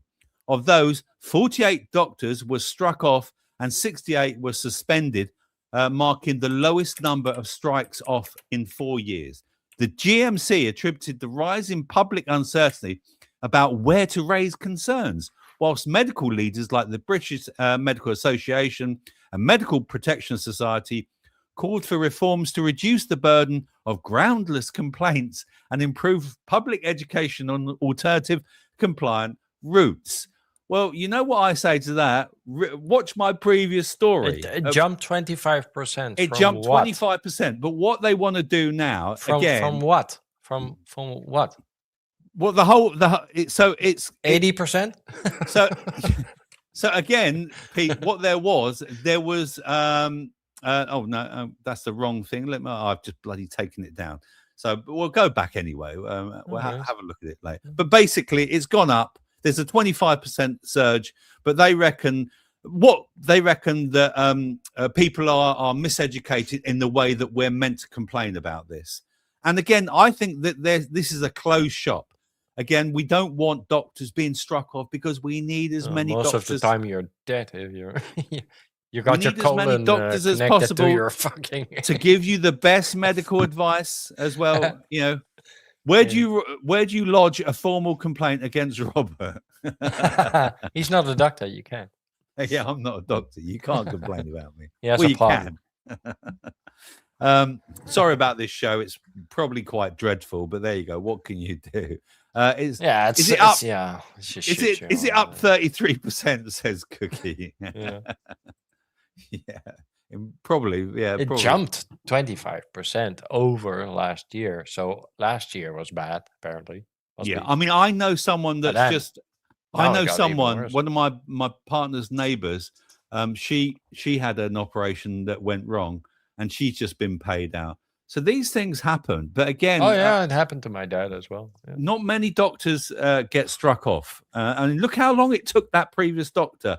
He made that mistake in 2020, and now it's 2020. It's like 6 years later. How many more operations has he performed that have gone tits up? Is my question. I don't know, but he makes a great curry. That's racist, Pete. You're being racist. We don't have any of that on here. And, they don't make curry. And remember, folks, don't get protein because they're after you on protein as well right now. Because they've come out. Chicken. They've come out. A major review of more than 350 studies published in Cell Press Blue suggests that excessive protein intake may accelerate aging and shorten lifespan, particularly in sedentary individuals. So the University of Wisconsin, Madison, the research indicates that when the body does not use extra amino acids for muscle repair through exercise, they activate growth pathways like mTOR and sirtuins that increase cell turnover, DNA damage, and inflammation.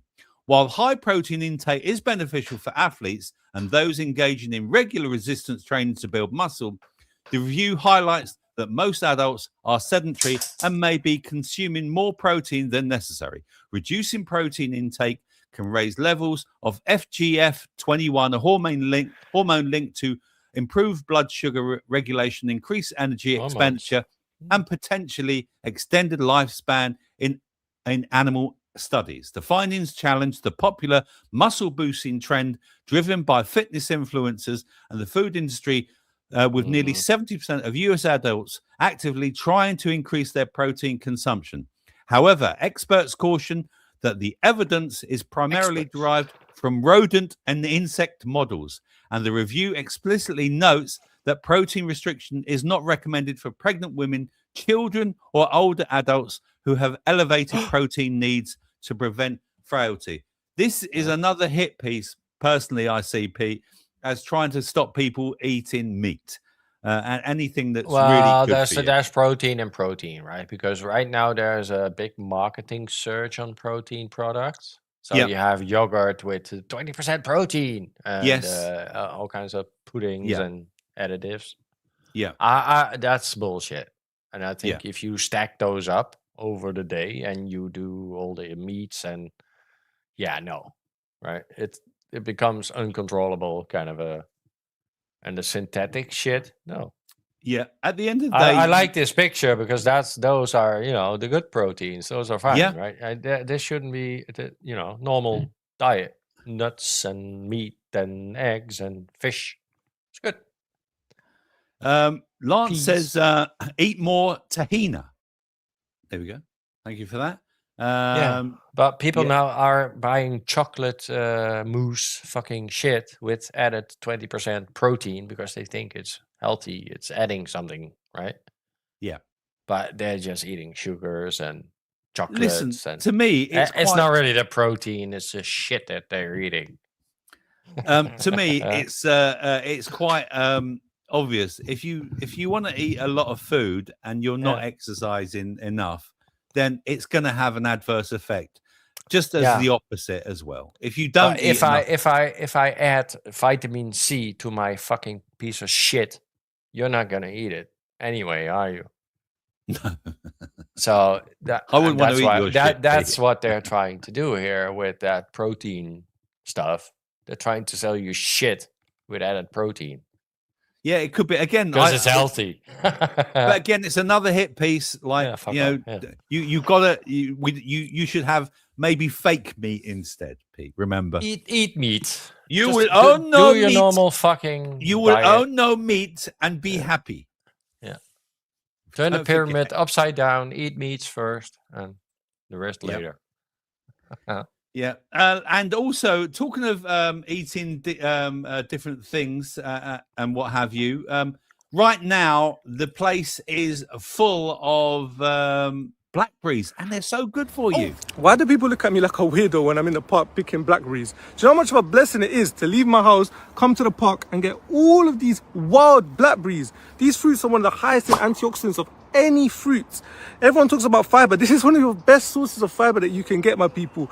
In the UK, we spend over 11 billion pounds on fruit a year. Fruit that's been sprayed with pesticides. They're even applying wax on it to trap the pesticides. They're doing all this nonsense. We're spending that money. All we got to do is leave your house for free, take in the nature, take in the sunlight, get some fresh air, pick some of these nutrient-dense fruits, and you don't have to spend a penny. And it's healthier than 99.99% of the fruit that you're getting in the store, probably 100%. My people, it's seasonal as well. Just make the most out of it while it's here, because it hurts my heart when I walk past one of these blackberry trees and I'm just seeing it dried up, neglected, no one's using it.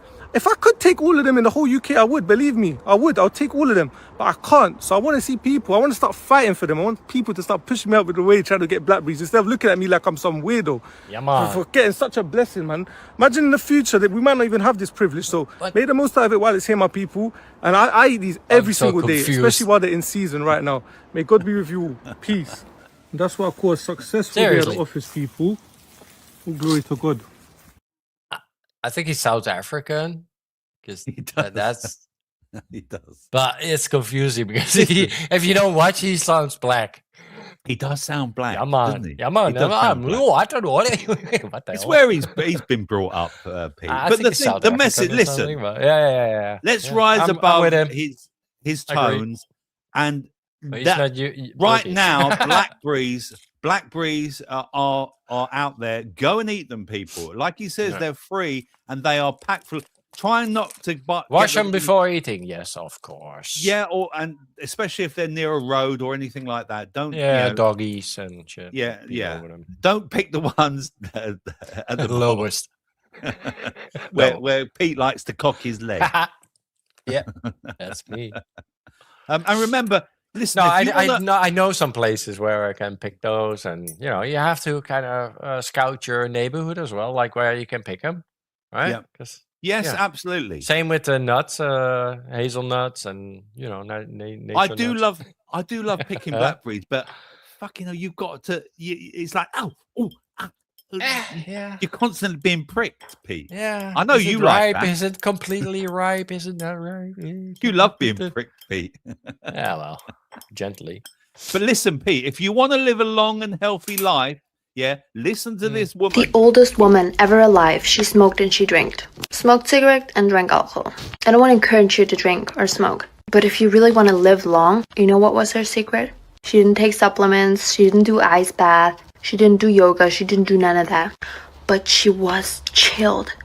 The woman she was referring to was Jeanne Clement, and she lived to 122. She also smoked cigarettes, she drank red wine, and no, she didn't do any of the optimization protocols that you see a lot of people promoting. But here's what nobody talks about. When we look at the oldest people who are alive right now, the one thing they all share isn't really their diet or their habits, it's actually their nervous system. Ethel Cataram, 116 years old, her reported secrets was she never argues with anyone, she always listens and takes everything in stride. Maria Branias lived to 117 years old. Researchers who studied her genes found that she had unusually low inflammation markers and a stress response that simply didn't overreact the way most people do. And most of the research that you see on the longest lived people in the world, not a lot of them were optimizing, all of them were calm. And it makes sense because chronic stress keeps your cortisol elevated. Elevated cortisol accelerates cellular aging, it drives inflammation, disrupts sleep, breaks down muscle, it also increases visceral fat. But a calm nervous system, it does the complete opposite. It keeps inflammation low, your hormones balanced, and your cell aging at a slower rate. So yes, Jeanne Calment smoked, but she also famously said this about stress. If you can't do anything about it, don't worry about it. And that wasn't a quirk, that was actually her longevity protocol. It's not that biohacks are useless, but if your nervous system is running hot every day, no supplement, sauna, or blood panel is going to save you. Being calm is the most underrated health metric alive. I'm Dango, and follow me for more honest takes on what actually drives longevity.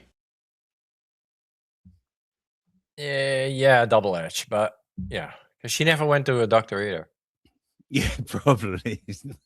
Well, yeah, well, if you had bad back, right? You take a rest and lay off for a fucking week. Yep. And if you keep a bad back, you deal with it and shit like that, right? So it's a different mindset these people have. I think that the stress hormone that we That produce too. Absolutely, because is one of it's the the f- biggest killers. It Again, it's really that is. fear porn that they put into, all the diseases and the cancers and this is bad, this is bad, blah blah blah, right?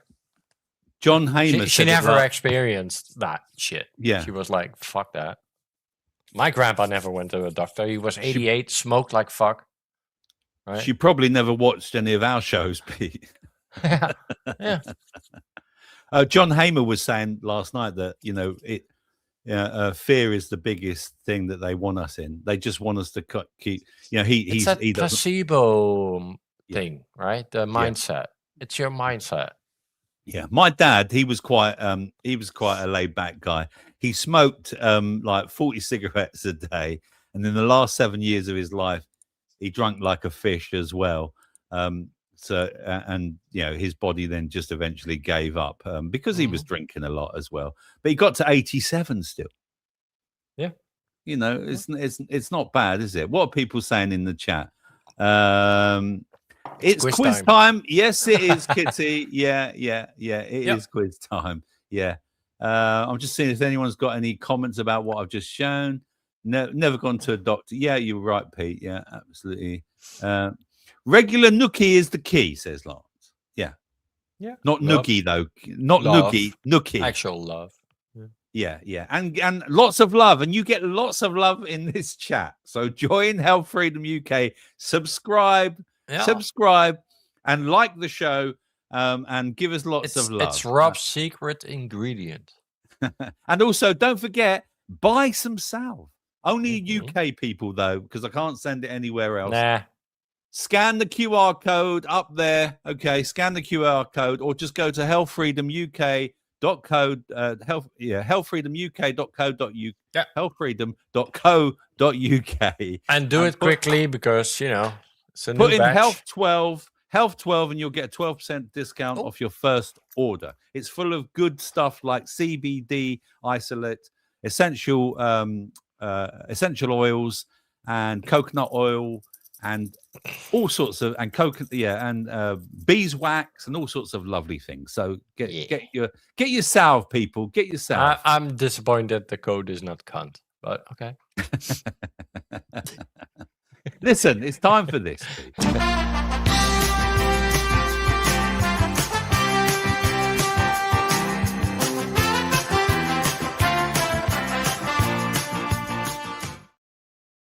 Yes, you love it. You've been waiting for it. Oh, Did yeah. any of you get the question? Did you any of you get the bonus point that we asked at the beginning of the show? Probably not, but it doesn't really matter. Pete, are you ready with the and I'm stuff ready. like that? I'm on Let's it. add it. Even Pete doesn't know what the Tuesday quiz is about today. So the Tuesday quiz today is all about when did they invent household appliances? Yes. You've got to guess the year. Okay, ladies, get ready. It's guess. There's no sexism here. So, who's calling me? Let me have a look. It's my son Matt. Sod off, Matt. I'm on a show. No. So- It's about sales. You have to pick up. Right, here we go. The code is wrong. The code is wrong. He's saying. Quiz question 1. Oh, the code is. He could be right. Actually, he could be. I hope not. Let me. No, he's not saying that. No, we've tried. You did it, Pete. Anyway, right. Quiz. The vacuum cleaner. In which year was the first effective powered vacuum cleaner invented? Was it 1850, 1901, 1921, 25, or 19? I can't even bloody see that. Is it 45? 45. There we are. Was it a Hoover? The vacuum cleaner, or I always call it a Hoover. Yeah, but that's a brand. Yeah, I know, but I still call it a Hoover.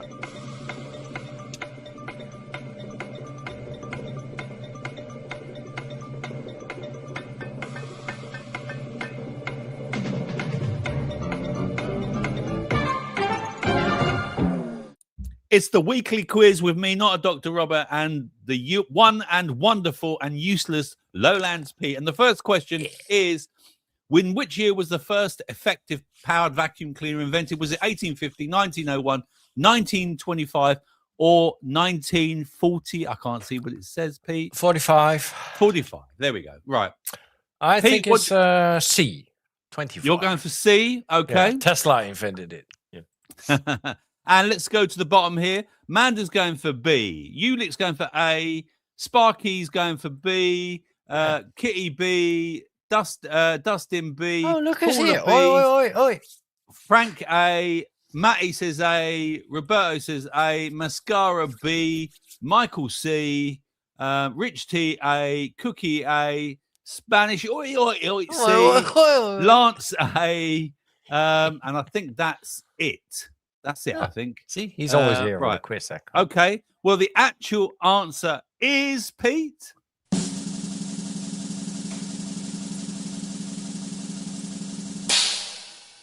$1901B. Wow. I got that one wrong. Amanda got that one right. Sparky got it right. Ulick, no, you didn't get it right. Ulick. Nah, Who else got it Chicken right? got it Kitty got wrong. it right. Dustin got it right. Yeah. Mascara got it right as well. And that's about it. Yeah. So well done. Martin. First one up. There we go. Next slide. The electric washing machine. When was the first practical electric washing machine? The Thor. Introduced. Great name. The Tarzan. What a great name. Yeah. Was it? You've gone ahead of yourself. I'm too soon. Hang on. What? Your Rewind. girlfriend told me that, Pete. Oh. Stop it. Stop it. Sorry. Was it 1767, 1851, 1907, Electric, or right? 1935? Okay. Here we go.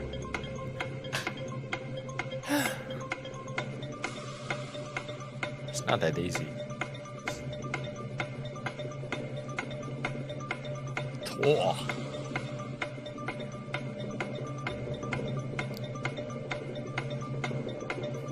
You sure it's not the first dildo?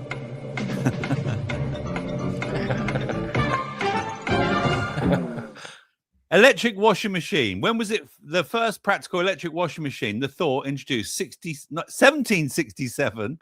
I don't know. 1851, 1907, or 1935. Pete. Yeah, I'm going for C. You're going for C, 1907. Yeah. Sparky, our electrician's going for C. Oh. Dustin C. Rich T C. Lance B. Ulick C. Matty's D. Paula C. Kitty C. Roberto D. Frank C, Mascara C, Cookie B, Spanish D, After the Michael vacuum? B, Come on. Manda D. There we go. And the actual answer is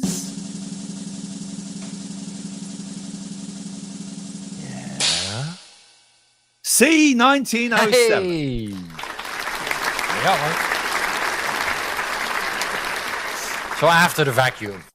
Quite a few of you got that one right. Well done. Well done to you. Keep your scores on the doors, George Dawes. Yes. I'm learning, Robert. You're always learning, Pete. I know. In which year was the first successful mass-marketed electric household refrigerator, the Domelieri, invented? Was it A, 1834, B, 1899, C, 1913, or D, 1927?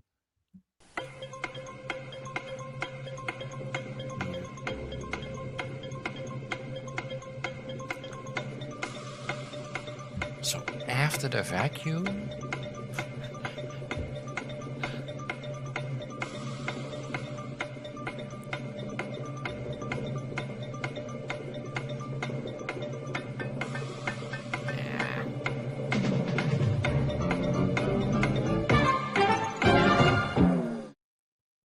Pete, what year do you think it was invented? Yeah, I would hope that refrigeration has more, you know, emergency than a vacuum cleaner.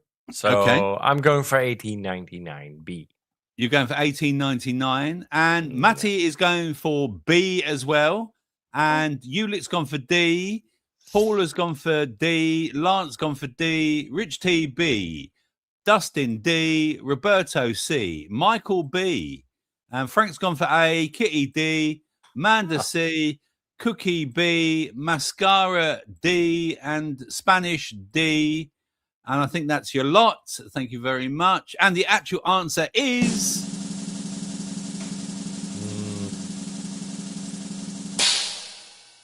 C, 1945. Yes. Priorities.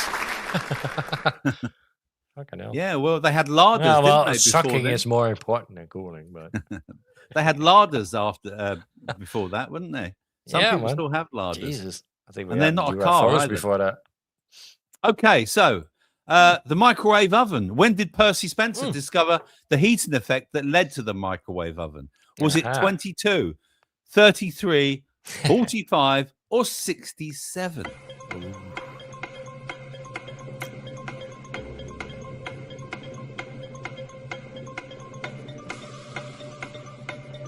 Good questions, Rob.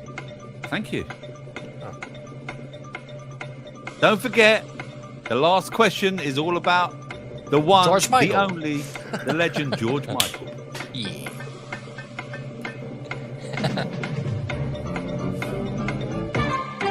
In a microwave. So, what year was the microwave heating effect that led to the microwave oven invented? Was it 22, 1933, 1945, or 1967? What do you think, Pete? I think B, wartime. Right, you're going for B. Matt's going for C. Spanish is going for D. Ulick B. Roberto's going for D. Paula C. Lance C. Kitty D. Rich T D. Mascara D. Cookie B. Michael C. Dustin C. Manda D. And Frank C. Oh, here we are. Okay. So the actual answer is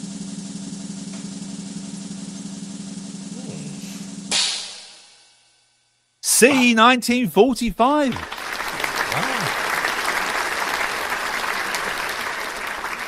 I would think it has to do with something with radar, right? Probably. So I would think I was so. thinking wartime, but yeah, earlier Yeah, than that. I would but think yeah. so. Remember, it was the effect. So Yeah, it wasn't. that's why. Yeah. It was the heating effect. But you're probably Yeah. right. It was something to do with radar. I would imagine, where they realized they could Harp. radiate us. Harp. Yeah. Electric toaster. When was the first commercially successful electric toaster introduced in the United States? Oh. Was it 1893, 1909, 1919, or 1926?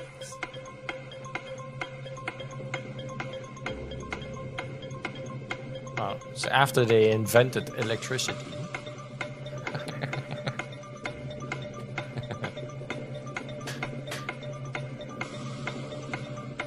Again. Oh, it's cooled down a bit here. It's only 24 degrees. Oh, nice. Oh, let me check. Oh, I need to know. Oh, 26. So, question 5, the electric toaster. When was the first commercially successful electric toaster introduced in the United States? Was it 1893, 1909, 1919, or 1926? Pete. I like 1919. 1919. So I'm going for that one. I don't know. I got.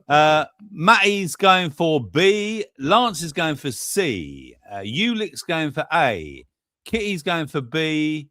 And Roberto's going for D. Paula B. Cookie B. Dustin B. Rich T B. Manda B. Mascara's gone C. Michael B. Frank A. Sparky B. Sparky should know. Oh, he's an electrician. Can I say that Paula seems to be in the lead?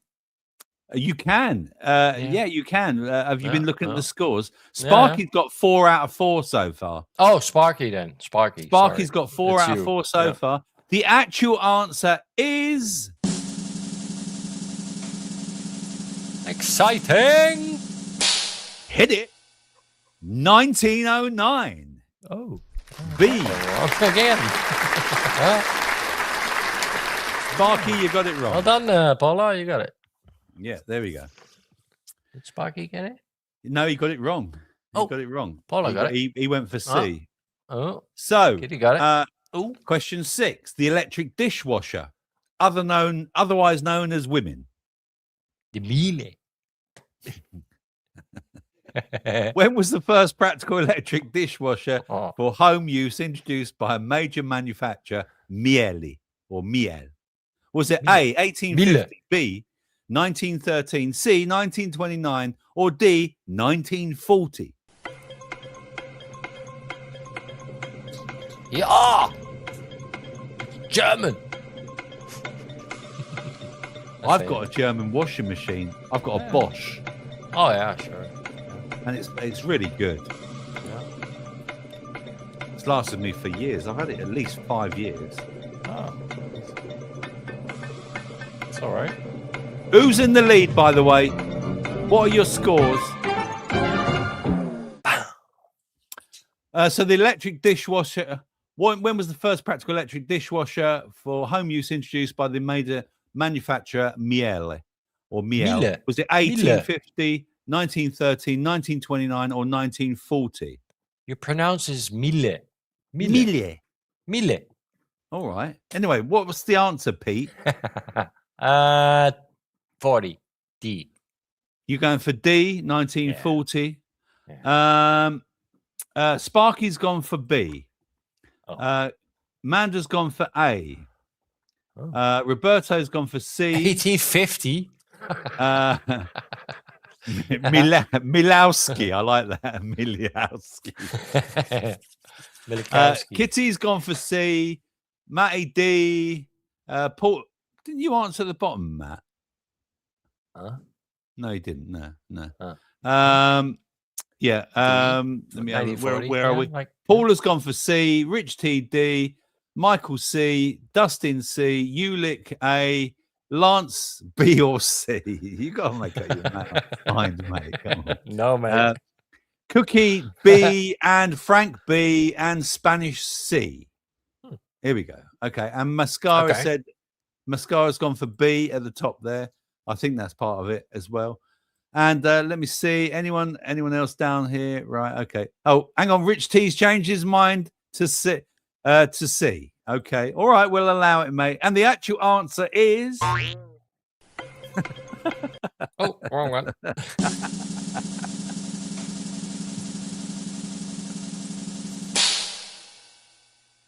C, 1929. Rich T got it there terrible. in the nick of time. Well done.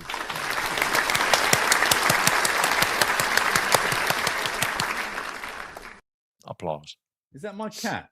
Gaza, is that you? Gaza. Yeah, he'll have to wait. Right. Okay.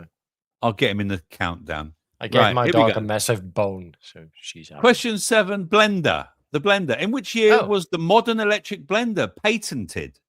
Was it 1901, 1922, 1937, or 1946?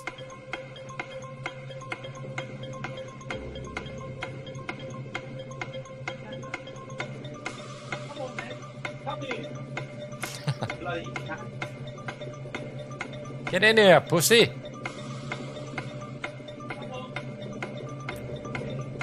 Meow.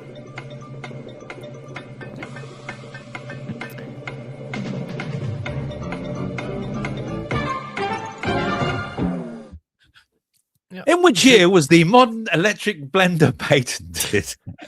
Was it A, 1901, B, 1922, C, 1937, or D, 1946? Pete, what do you reckon? C? You're going for C, 1937. Okay. Yep. And let's have a look at the bottom here. I'm just trying to get right to the bottom here. So Kitty reckons it was B. Oh. Paula reckons it was B. Ulick B, Lance B, Rich T B. Oh, you're all going for B's. Michael B. Roberto's gone for A. Frank's gone for A. Spanish has gone for A. Manda's gone for C. Cookie B. Mascara B. I think that's your lot. Paula's got 5 out of 11. Kitty's got 5 out of 11. Cookie's got 2 out of 33. Frank's only got 1. Michael's got 4 out of 11. So we've got some people in the lead at the moment. Oh, and Sparky's Sparky's gone for B, and Matty's gone for D. Okay. All right. Okay. Kitty for B. Yeah. Amanda's only got 3. She's rubbish. She's rubbish. And the answer is exciting. It is exciting. B, 1922. Wow. I got it wrong again. My guessing is shit. A lot of people got that one right, actually. A lot of people got that one right. Well done. Did Martin get it? I think, let's have a look. A mascara. B, yeah, he went for B as well. Yeah, he got it right. Yeah, of course. Yeah. And question 8, the electric clothes dryer. Around which year did the electric clothes dryers first appear on the markets? Was it 1915, 1920, 1930, or 1950? Gaza, come here. What's an electric clothes dryer? You know, you put your clothes on it and it dries it. Oh, it's like a dryer. Yeah. Yeah. Okay. Yeah. Okay, I get it. The clue's in the name, Pete. No, yeah. Well. Sorry, everyone. He's Dutch. I'm all. Yeah. So the electric. That's why I get them all wrong. Around which year did electric clothes dryers first appear on the market? Was it 1915, 1920, 1930, or 1950, Pete? Well, here in Holland, we had those in 1915. Okay. Pete reckons it was 1950. Ulick reckons it was B. Kitty reckons it was C. Manda reckons it was C. Paula reckons it was C. Matt reckons it was B. And Michael reckons it was B. Rich T reckons it was D. Roberto B. Frank B. Cookie B. And Spanish D. Mascara C. I think that's your lot. Okay. Paula C. Kitty C. Okay. The ladies say C. Okay. Right. So the actual and Sparky's going for C at the bottom there. I think he's a bit behind Sparky. Yeah, you're slow, Sparky. The actual answer is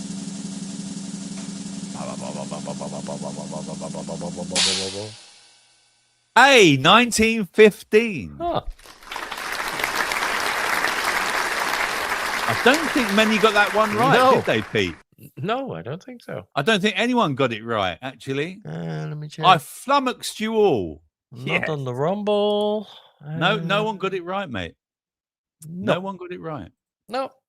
I like it when I beat you all. Well done. Right. We're nearly there. Question 9. The electric God. iron. When was the first practical electric iron invented? Was it 1882, 1905, 1915, or 1925?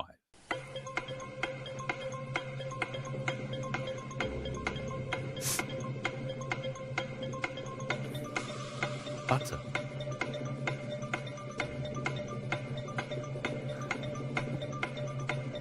I don't want to know what it was like. The first one. Well, you shoved this electrode up your ass, and it...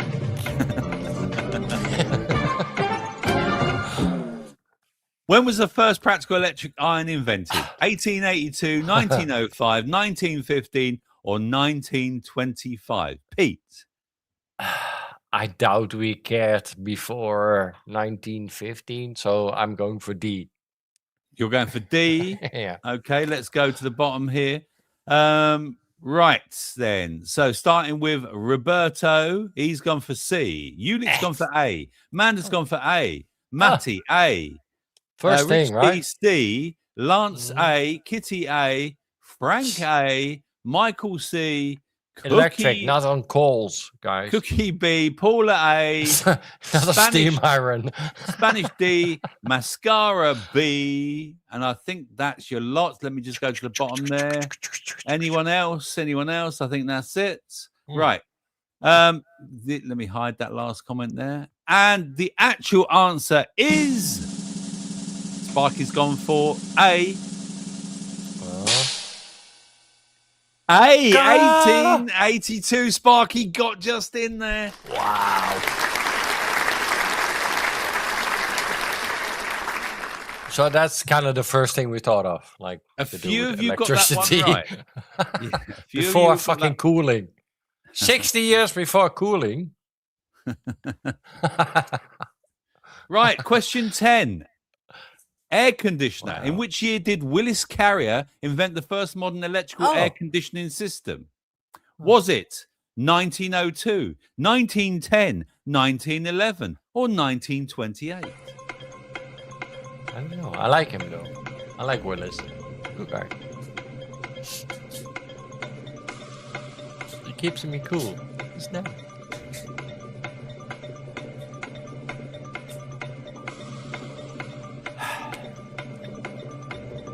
We certainly need air conditioning at the moment still. Hell yeah. It's fucking hot. 25 now. Just So, 25. question 10, the last question before the Big George question. Which year was the first modern electrical air conditioning system? Was it 1902, 1910, 1911, or 1928? What do you reckon, Pete? I'm going for C. You're going for C, 1911. Right. Ulick would agree with you there. Kitty reckons it was A. Amanda reckons it was A. Roberto reckons it was A. Matty reckons it was B. Frank reckons it was B. Paula reckons it was A. Lance reckons it was D. Michael reckons it was D. Rich T reckons it was A. Cookie reckons it was B. Spanish reckons it was A. Mascar reckons it was A. And I think that is your lot. I think that's your lot. Okay. And Ulick's gone for C at the bottom there. Okay. So the actual answer is...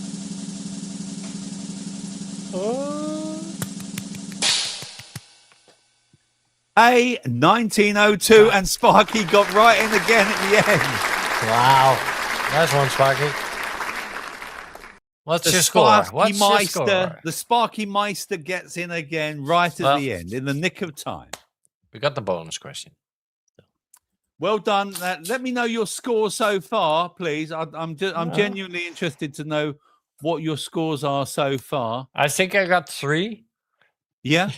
Yeah, I'm shit. Yeah, I was terrible. Let's have a look then. Let's see what are people. So far, Paula's got 8 out of 11. Rich T's got 5 out of 11. Wow. Amanda's got 5 out of 11. Michael's 5 out of 11. Cookie 3. Mascara's only got Frank 4. got 2. Frank got Kitty's 2. got 8 out of 11 as well. Oh, Kitty.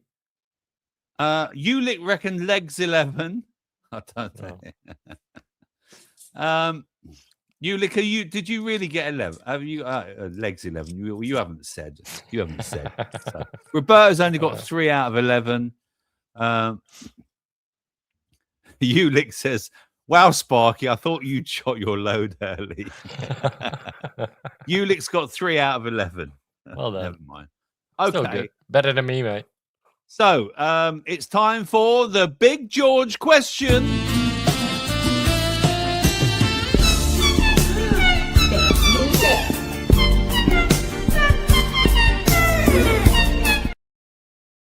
Yes, here it is, the Big George question for you. I'm ready. Accounts from his long-term partner, Kenny Goss, and others emphasize that his preferred downtime activities were what? Was it A, watching TV soaps, B, visiting family, C, visiting nature, or D, all of the above?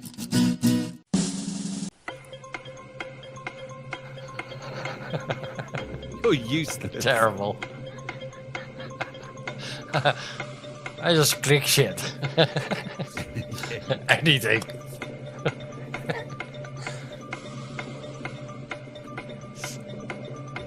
I have to think about it. Yeah, I know the answer. Yeah. Judge Dalton. In a dream. Yeah. Accounts from his long-term partner, Kenny Goss, and others emphasize that his preferred downtime activities were what? Was it A, TV soaps, B, visiting family, C, visiting nature, or D, all of the above?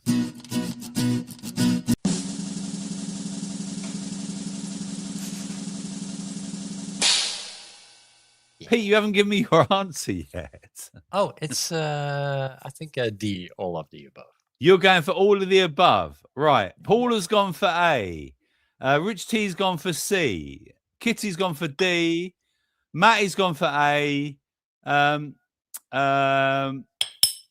Michael's gone for D. Cookie's gone for A. Okay. And Spanish has gone for A. Frank's gone for D. Manda's gone for A. Mascara's gone for D. And I think that's your lot. I think that's Sparky's going for the bottom, but he's got in early this time. He's gone for D. Yeah, he's gone for D. Ulick also. And Ulick's gone for D as well. And what did you said D, Pete? D. Didn't you? Yeah. Yeah. The actual answer, Pete, do the guitar. The long guitar. Okay. Ready? Yeah. Okay. Ready. Yeah. Okay. So the actual answer is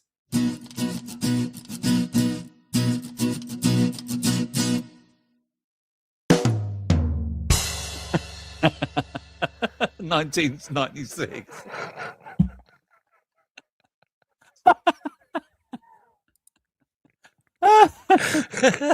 It's not D. Damn it! I forgot to put. So he was dogging basically. I forgot to put the answer. See, I'm human.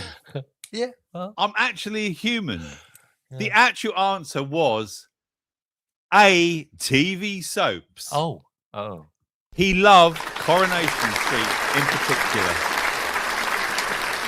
Well, he was gay.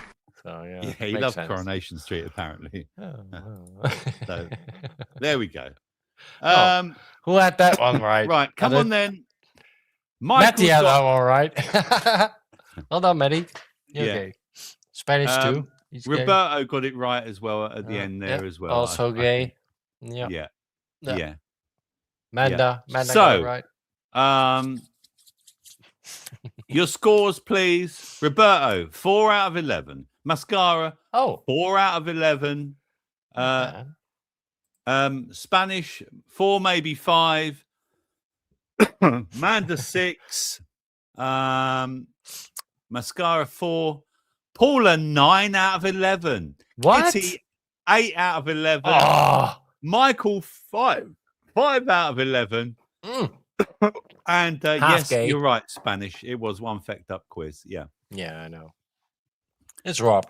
And yeah, the answer wasn't 1996 or anything like that. All right. Yeah, sorry about that. 3 and proud, says you, Liv. And Rich T got 5 alive. Yes. Not gay. Yeah. Yeah. Good. Well done then, Paula. Paula. Yeah, Give Paula looks like a it. round of applause, please, Pete.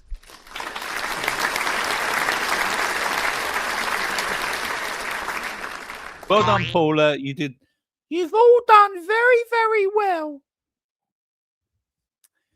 Which only means for me to say it's time I'll to keep say quiet. goodbye. Yes, I'll be back again tomorrow with the one and useless Oh Pete, shit! Yeah, we got another show tomorrow. and also the one and wonderful Yeah. and full of knowledge Cookie, or the hairy Cookie Monster, and maybe someone else. Paula might join us. Kitty might join us. Who knows? Maybe. And don't forget, all our village friends' show links are below, even though Pete never does it in his show. I do. Yeah, right. Not in the live ones, but you know. No, you don't. No, exactly. In every yeah. daily there are. Yeah. Sparky got 7 out I of even 11 promote plus bonus. yourself, Rob, Yeah. for free. Yeah. I get no self. Paula says, out "Can of I this." have 2 Sniggers?"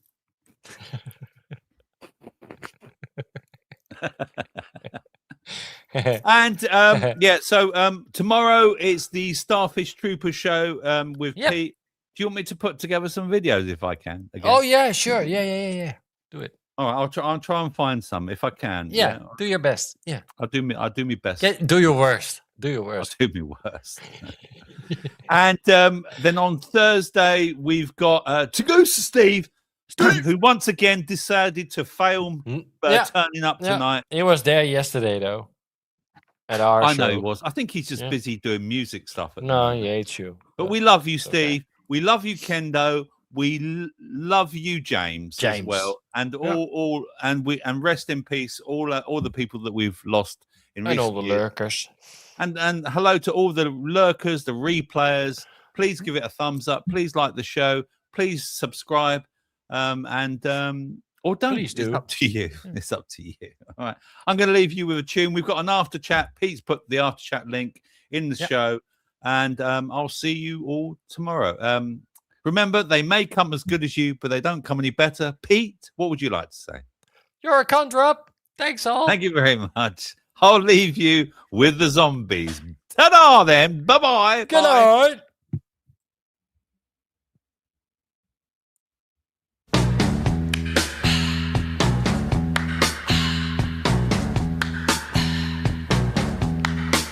It's the time of the season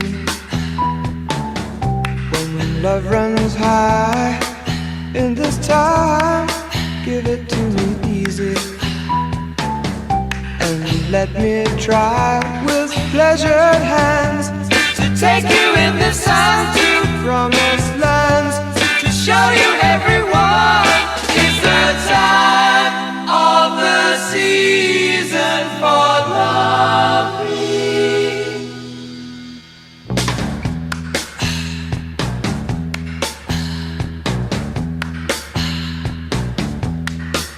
What's your name? Who's your daddy? Is he rich like me? Has he take us anytime to show you what you need to live? Tell it to me slowly. Tell you why I really want to know. It's the time of the season for loving.